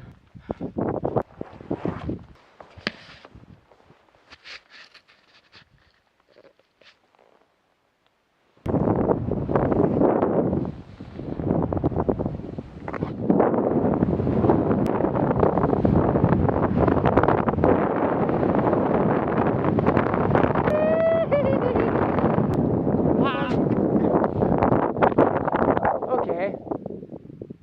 We did it. We did it.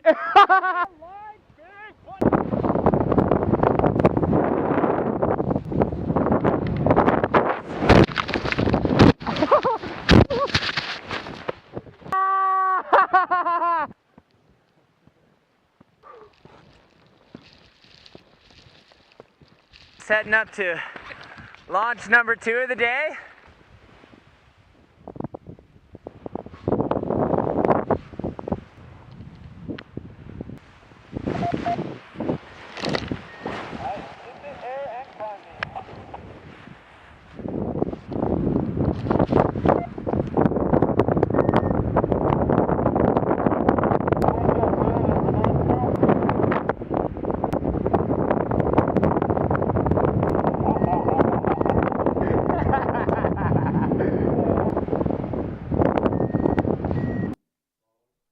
Yeah, so I got a little ahead of myself there. You know, I'm carrying this, like, I don't know, 100-liter bag on my back, and yeah, figure, oh, let's just air off of this little roll with, like, you know, 20 more pounds than usual on my back. And yeah, that was a really good idea. So I did a little tomahawk there, and it was fun. I didn't lose any gear.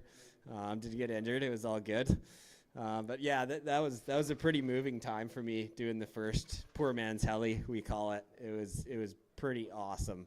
Yeah, I think I remember. Well, we saw the glider on launch there. I think that was Coco. She came and top landed right before we got off launch there.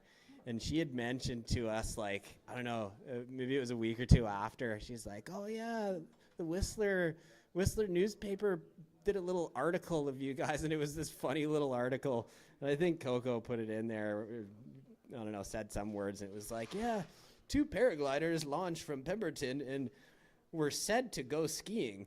And like nobody saw them again after that day, but it was said that like a week later that like they did go skiing and they made it back. So it was kind of this funny article. I was like, Shawnee, we got it in a newspaper article. It was amazing. Anyway, it was just funny the way it was worded. Okay, so to get into like more of the details of combo missions, there's different ways you can kind of, approach it. As far as different harnesses and ways you launch. So I'll start with the pod mode. I've never actually done this myself. Some of you might have seen this in videos of, guys out in the Alps doing it or out in the Himalayas or whatever. But yeah, I've rigged up the system in numerous ways and I'm ready to use it. I just haven't gotten the day where I want to fly with my pod and my ski gear. So it's quite complex. I think just the nature of having skis hanging on the outside of your pod harness is, to me, it's a pretty significant thing. Like, for anybody who's ever been like totally jostled or had like big collapses on their on their paragliders on thermic days, like you can imagine what skis would be like having on your harness flopping around when you're like trying to deal with a whole cascade of crap going on. So yeah, I think one thing I would add to this is like, kind of a stretchy, maybe Velcro strap just to fasten them from, going all over the place. Anyway, so yeah, it quite complex, like seemingly simple, but there's a lot of complexities to adding things into your flying kit. Like you change one thing, like I look at just normal paragliding to begin with. If you change your harness, you're flying with a new harness. It's like a whole bunch of new stuff to learn. Even down to where your pockets are, like if you're bringing all your ski gear out to go and try and do this combo stuff and thermal with it for hours, like there's so many little differences. Anyway, yeah, so for pod mode, what I do is rig a mounting system on the side of my pod. So it's totally like rednecking, like it's a DIY ordeal. I'm not aware of any harnesses that come with any prefabricated attachment points for skis, although there will be a year, I bet. Anyway, so yeah, I've kind of rigged up kind of a fore and aft hang point, and they're kind of adjustable, so the skis will be at a good angle for me to launch with on foot. And once I'm in the air, the skis will want to kind of point up a little bit, and I've got a little adjustment thing that you can kind of tilt the skis back down to a happy angle. There's lots of tweaking and hanging in a simulator involved in this. Like, you definitely want to nail it before you get out and commit yourself to the sky. Like, you don't want anything weird happening that you haven't figured out prior. Because, I mean, yeah, as we all know, like, weird stuff happening with your gear in the air during flight when you're committed it's a really, potentially terrible thing to deal with. Practice launch motion. So like for this setup, I'd literally go out, and I wouldn't do it with my wing and go kiting because I thought, oh, that's pretty overkill. I know the exact motions I use to launch a paraglider. So I'd go out in my yard with my pod harness on and my skis strapped to me, and I'd simulate what it's like to pivot from the left or to the right just to see how much the skis swing as I do these motions, and make sure nothing's going to really get in the way. Good thing about this is you've got the use of a speed bar. I know the most classic method we've been using to do these combo missions is just flying with skis on your feet. You don't have access to a speed bar. I have tried to design a little T-bar speed bar thing, and it just doesn't work very well. Anyway, so yeah, the good thing about this method, the pod mode, is you could fly super long distances comfortably, in your comfy cross-country pod harness. It's as simple as that. It's probably a little bit warmer being inside a pod as well.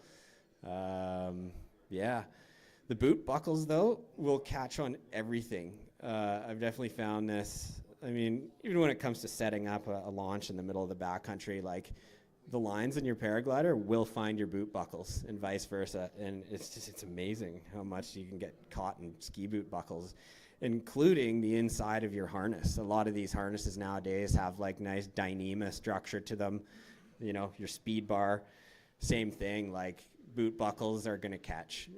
So I know what a couple of buddies and I have discussed is just taking like, I don't know, old leggings, like, you know, getting into an old pair of my girlfriend's leggings and then just cutting a piece of it off so it can go over my boot and kind of eliminate boot buckles from grabbing on things. And I think that's what I would do if I try this method. Yeah. Ideally, you'd stash your flying gear in this mode. I mean, pod harnesses nowadays and like flying gear in general, like if you go lightweight, like it's amazing. If you get like one of these X-Alps gliders or super lightweight, like, you know, just above 3 kilogram glider and a super light, you know, racy pod harness, you know, designed for hike and fly racing, like you can actually stuff these kits in pretty small bags. That being said, realistically, it's still like flying with your whole kit, your pod and your wing, or skiing with your whole kit on your back is kind of like, you can't ski like you normally would. You know, if it's mellow terrain, that's cool. But like for me, skiing with a 70-liter bag on my back is like, I don't want to ski a steep, fun line, free ridey line with that. So I'd usually stash. You know, logistically, I would choose my landing spot wisely so I can relaunch from there and you know, as well access like the runs that I would want to ski. So it takes a lot actually, you know, even flying out to where the zone where you want to ski, you get above it and you're like, oh shit, oh look at all the options. Oh my God, there's so many options.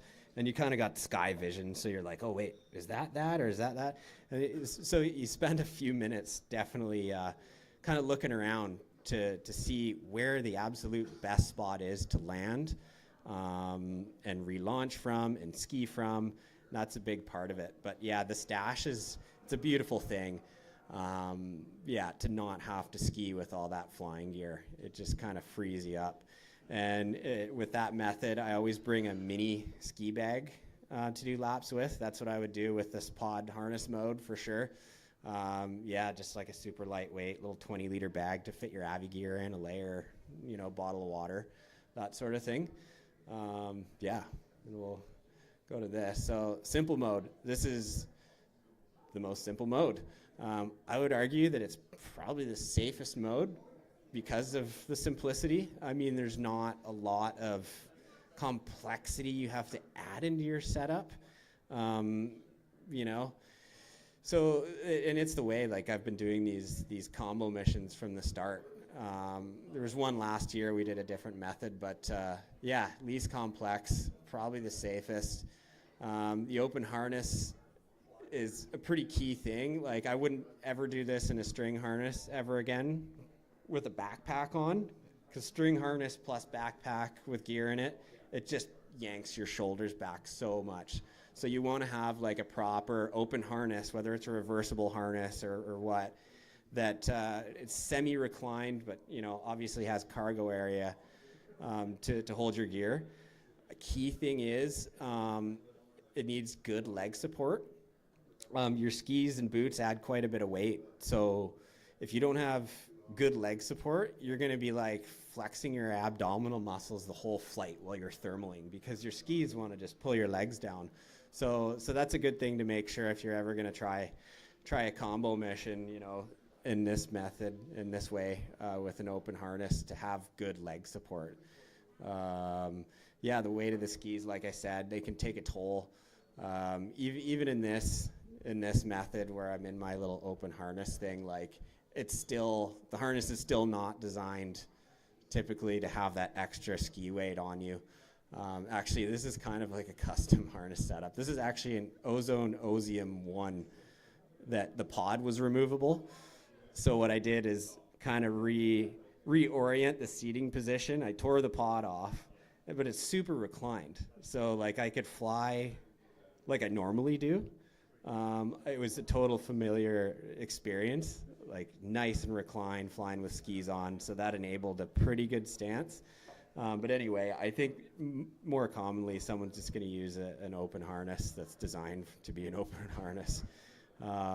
Yeah, again, it's nice to stash the flying gear with this setup. Like, you've got a bit of a harness going on, you've got your wing.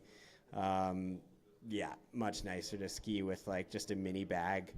But yeah, one of the downfalls is you don't have a speed bar. So I think, you know, unless you're thinking you're really going to be faced with a lot of wind that day, you know, no big deal. Like flying cross country, you know, let's say Pemberton, for example, you know, going out on the milk run, you know, away from Pemberton, like you always use your speed bar on that run because you're more or less into the wind, you know, all the time. Any day you're doing the line, you're pushing into the wind, so you're like, you want to use bar. And then when you get out there and you fly with this setup and you don't have a bar, it's like slow motion. It's like it takes forever to go upwind. It's hilarious. But you know, at the same time, it's a mission to go ski. So you're kind of like, you got your skis on your feet, you're looking down at all this expansive alpine going, whatever, it can take another 20 minutes for all I care. But yeah, that's that. And yeah, I'll get you to switch to this one. So this is the line we did. I've done this a few times now, actually. Like the first time with Shawnee. I did it the next year with Jason, and we skied Barber proper. Did it with James last year as well. But yeah, it's just a little topo map of our track. There's Mackenzie there. This was a really stable day.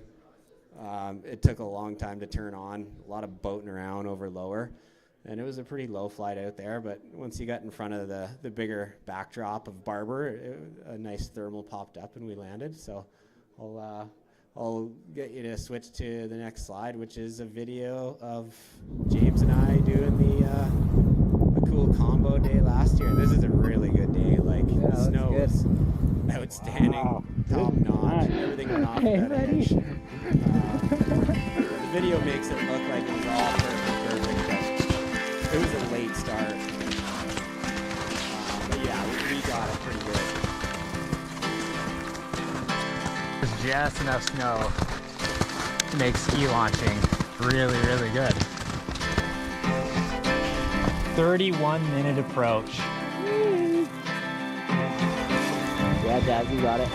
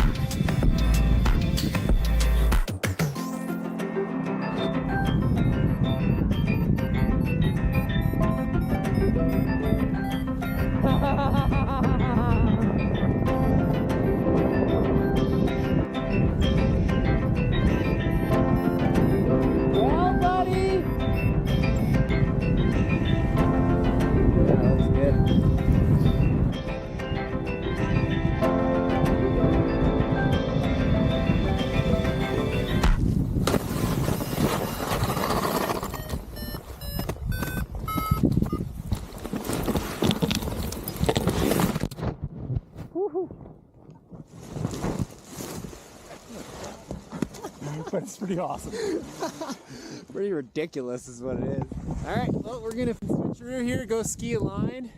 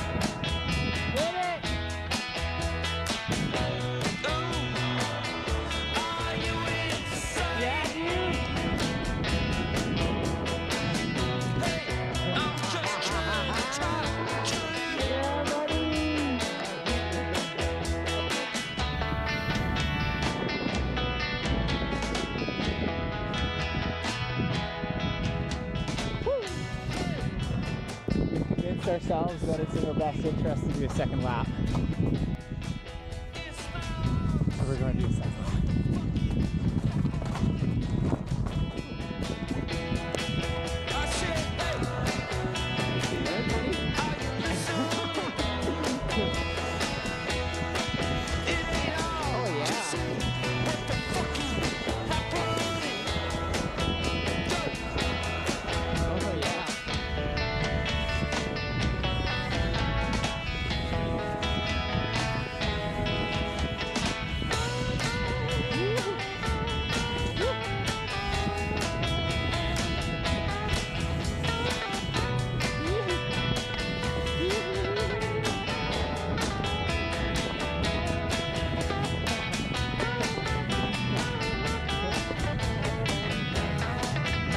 I can't remember that.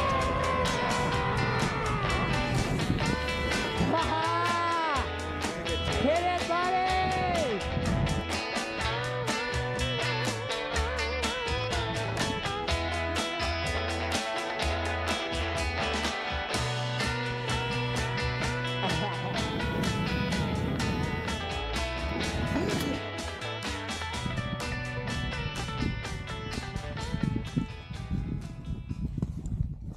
Day is not finished yet. What a day for a daydream. What a day for a daydreaming boy. And I'm lost in a daydream, dreaming about my bundle of joy. And even if time ain't really on my side, it's one of those days for taking a walk outside. I'm blowing the day to take a walk in the sun and follow my face on somebody's new mode lawn. I've been having a sweet dream. I've been dreaming since I woke up today. It starred me in my sweet dream, 'cause she's the one makes me feel this way. And even if time is passing me by a lot, I couldn't care less about the dues you say I got. Tomorrow I'll pay the dues for dropping my load, a pie in the face for being a sleepy bulldog.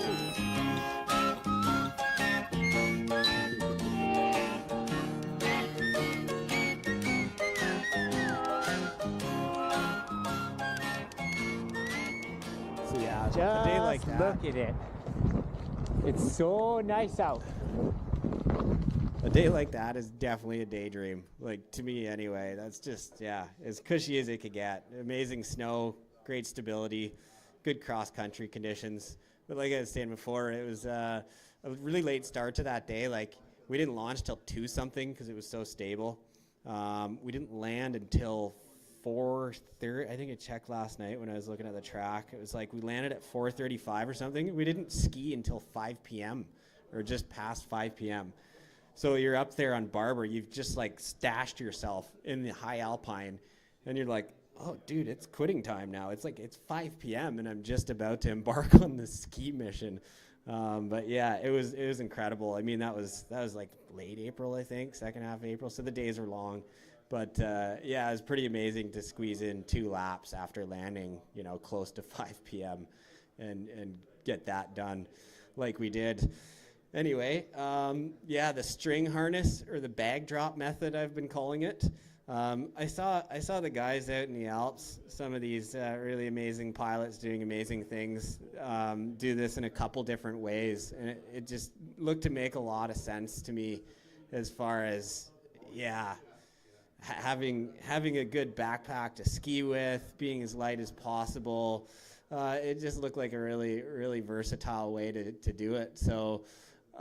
Yeah, I kind of last spring, I kind of put together a kit and tweaked around with it and figured it out, and yeah, it worked. It definitely worked pretty well. But I will say it is the most complex out of the 3 options that I've kind of, you know, stated here. It's got the most moving parts. Like, it's one thing goes wrong with this system and you're like, oh crap, this is a ball of It was just a mess.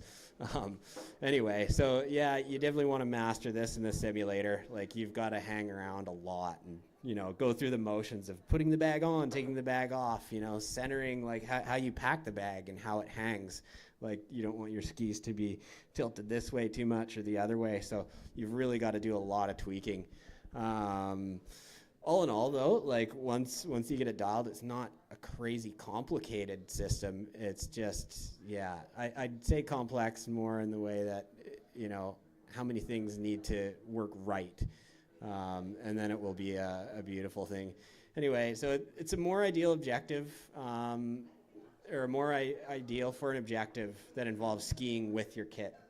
So the other option, like the video you just saw, you know, I had like kind of an open harness thing going on, full-size glider, all that. Like, it's a big enough package that I wouldn't have wanted to ski that line that we were skiing with all my gear. Whereas with this method, you're able to stuff your full-size glider in like a pretty ergonomic backpack that you would also use for ski touring. As well, you use a string harness for this method, so its volume is like minimal. Like, you can slip a string harness in any backpack, even if it looks like totally full.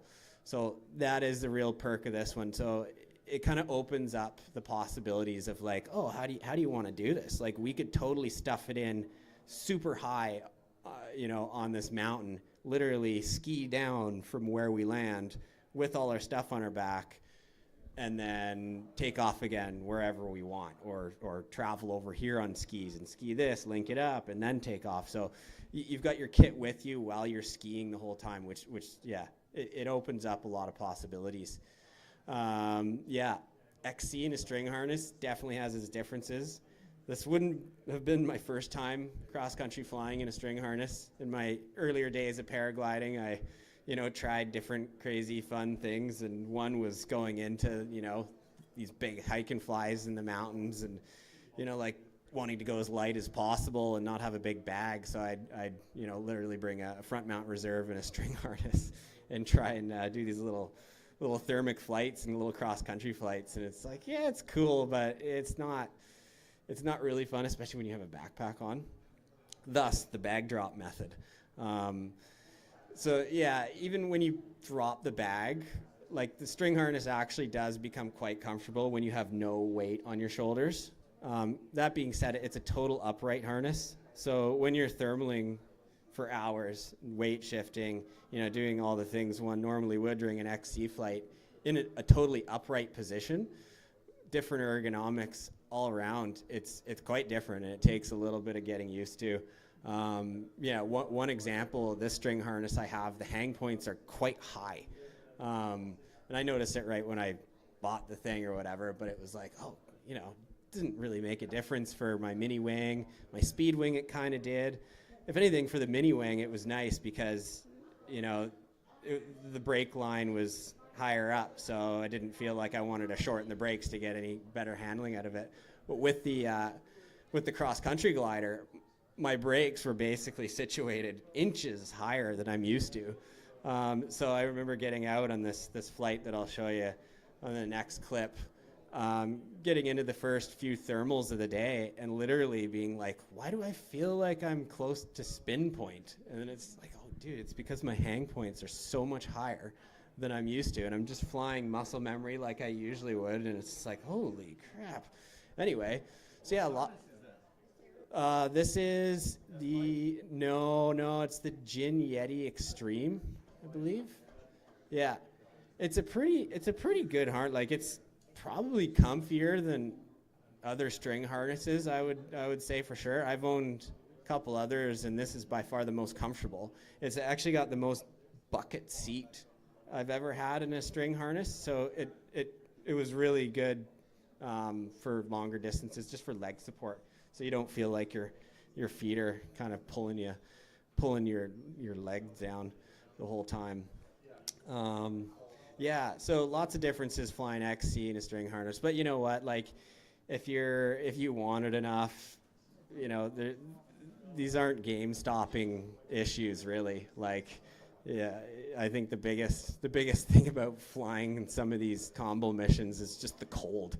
It's freezing cold. Like, we're always going for days where the snow is actually high quality. I don't want to ski, spring crap or like not good snow if I'm gonna do a mission like this. Like, there's a lot invested in these missions, so the snow is usually really good, which obviously means it's still cold in the high mountains. That's what kind of keeps the snow quality high.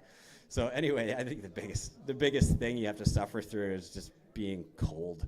But anyway, so yeah, one good thing about this method as well is you can use the speed bar on these little string harnesses. I'd say one caveat is that you can see in this picture here, like my speed bar is not in the picture, but it can hang down and get caught on the tips of your skis. So I was pressing bar like somewhere close to Squamish, and then I came off bar, and then the second rung of my little speed bar got looped around my skis, and then it's just like, oh no, don't catch on anything before you. Anyway, so it was kind of like, yeah, there's all these little complexities that may happen. Can happen, will happen at some point. But anyway, yeah, speed bar, it works. One thing, launching like this, I'll show you in the next clip as well, but you launch with the backpack on, obviously, and your skis are upright on the back of your backpack, so they're like towering above your head. I try and center them on my backpack, again, so they're not too high above my head, but you got to watch your ski tips on your lines. So you got to be somewhat observant of where your skis are tilting while you're kind of turned and starting to burn kind of thing after you've pivoted. So I think I remember on the launch we did on Rainbow, my ski tips did brush against my lines as I finished the pivot and started running downhill. So it was like, oh, yeah, that's something to keep an eye on in the future. But anyway, have you go to the next clip. This is just a couple of the, like dropping the bag and putting the bag back on in flight. It's kind of a little preview of the workload that you have to do with this setup. So right after launch, like there's a lot of weight on my back right now. It's such a relief to get this backpack off. Like it's just yanking my shoulders back terribly, and it's really hard to thermal that way. And then, so you dangle it down. There's basically two alpine draws, two Dyneema slings that are hanging off the main carabiners that you just dangle your backpack on. And then before I landed, I chose to put it back on because I was afraid that if I had landed and the skis caught in the snow, it would whip my backpack and skis back and hit me in the back of the head. So it was a challenge getting the bag back on, actually. As you saw, it took me a little while in that clip. So here's the track from our flight, James and I, last spring. That's Rainbow Mountain, where we started from. And then we had a pretty good, amazing conditions, actually, to fly XC that day, aside from the frigid temperatures. Aloft, it was really, really good flying, actually. I don't think there were too many cumulus in the sky, but there were some, and it was really nice. Anyway, the next clip will just be that edit I made of James and I doing the mission to the Tantalus Zone, which was a pretty dreamy thing. I didn't think it would necessarily happen. But we went for it anyway. I think I'll jokingly say it's one of the things you have to do to get James off the couch and be down for a mission is like, you got to make it sound really good. So I remember calling James like the night before going like, oh dude, no, we're not going to do the same old thing as we usually do. No, we got to make this good. Like, let's go and ski in the Tantalus range, James. Let's ski in the Tants. And he's like, okay, only if it's the Tantalus range. And it's like, all right. It's going to be the Tantalus range, and I'm going into it going like, oh, dude, there's no way we're going to make it to the Tantalus range and ski. But we did. Anyway, we were both pretty happy. Actually, one thing I'll add before I play the clip, along the journey, there was like really, really high highs. Like we were both stoked in so many parts of this journey. Then we landed a little lower than we would have wanted. and didn't get to ski like the best line around. So I remember landing like after this whole mission, and James and I were kind of like, was that like a success or a semi kind of failure? Or is this like we were all like, I don't know, we had such big sights for the day. You kind of get carried away and you lose sight of like what you actually just did.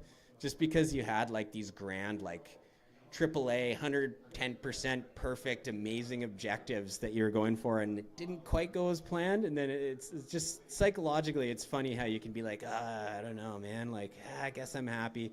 But then it only took a few days for me anyway when I was looking through the footage, and I was like, I should edit this anyway, even though James and I were like not the most stoked on the day. And then I suddenly realized, like, this is amazing. Like nobody's ever done that, like flown XC from Whistler to the Tantalus range to go skiing. It's like, dude, like this was the most amazing day arguably I've had in springtime in the sea to sky country. Like that was pretty awesome. But anyway, I'll play the video here now, and yeah, enjoy. What's your plan? You trying to get warmish or what? I'd like to see some last of the Tantalus. They got a skis or something.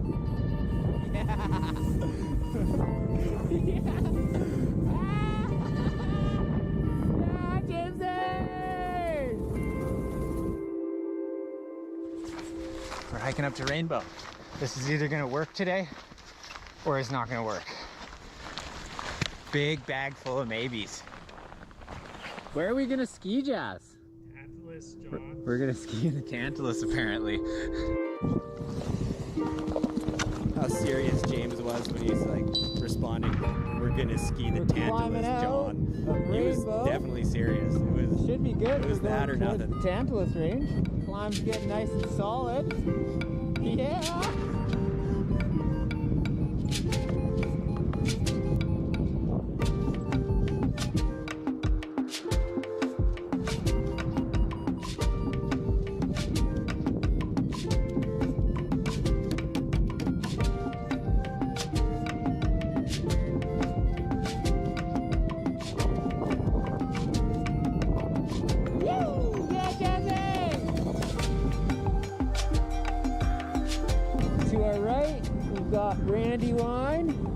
Pyroclastic and Cayley and Mount Fee. We've got the Tri-Cooney zone up ahead.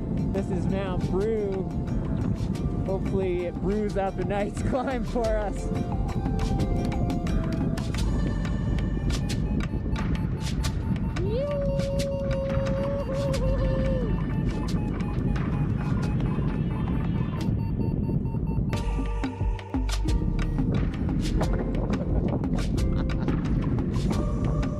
This is kind of a one-shot deal. Like, we've flown over a lot of terrain that we can have a lot of good time skiing.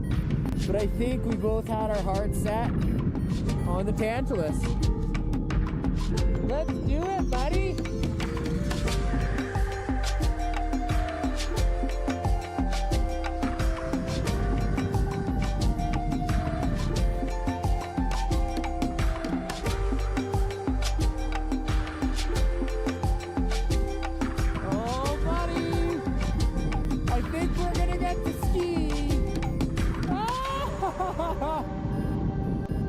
Unreal.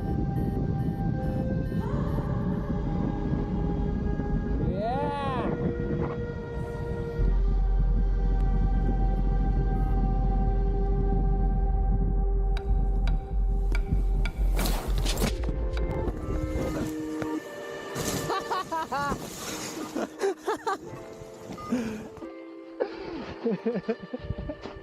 Oh my God. Now we gotta go ski. Now we gotta go ski.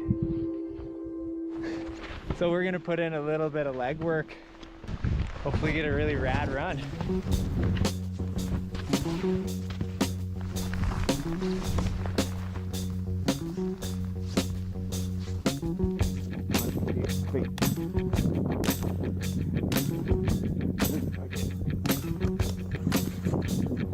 Making a living the old hard way, taking and giving my day.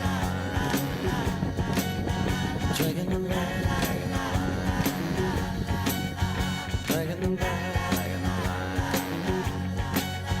dragging the line. I can't say it enough. I am a pretty happy boy.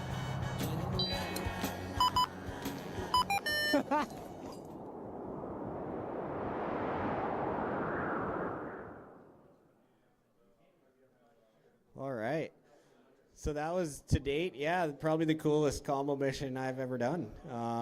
But the springtime is upon us, so I'm really hoping to, do as many of these things as I can. Yeah, they're really, really amazing when you get them done. They're challenging. A lot goes into them. Yeah, can't wait for good opportunities. Does anybody have any questions about, the combo? Good. Oh, when am I going? Oh, whenever that special window kind of presents itself. It's one of those things, like I've had years. I mean, there's availability too. I usually like to let nothing get in the way of that perfect 5-star day. So even if I'm scheduled to work, I will blow it off for those days for sure. But yeah, there's been seasons where they just don't present themselves. And again, I'm looking for really good snow quality with a thermic XC day. So it's kind of you gotta have both. You gotta have stability, you gotta have snow quality, you gotta have amazing flying conditions. Maybe not amazing, but yeah, it's they're not easy windows to come by when you have high standards.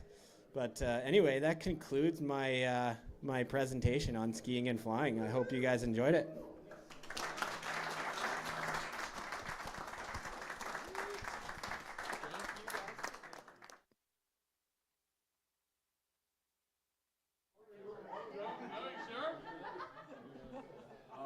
Thanks, man. That was awesome. I really appreciate the snow. I'm sure if anybody does have the answer questions, they can get a hold of John later. Not today. Whatever, no, but it was awesome. Interesting. All right, guys, thanks for coming out. Thanks. John, what's your YouTube channel?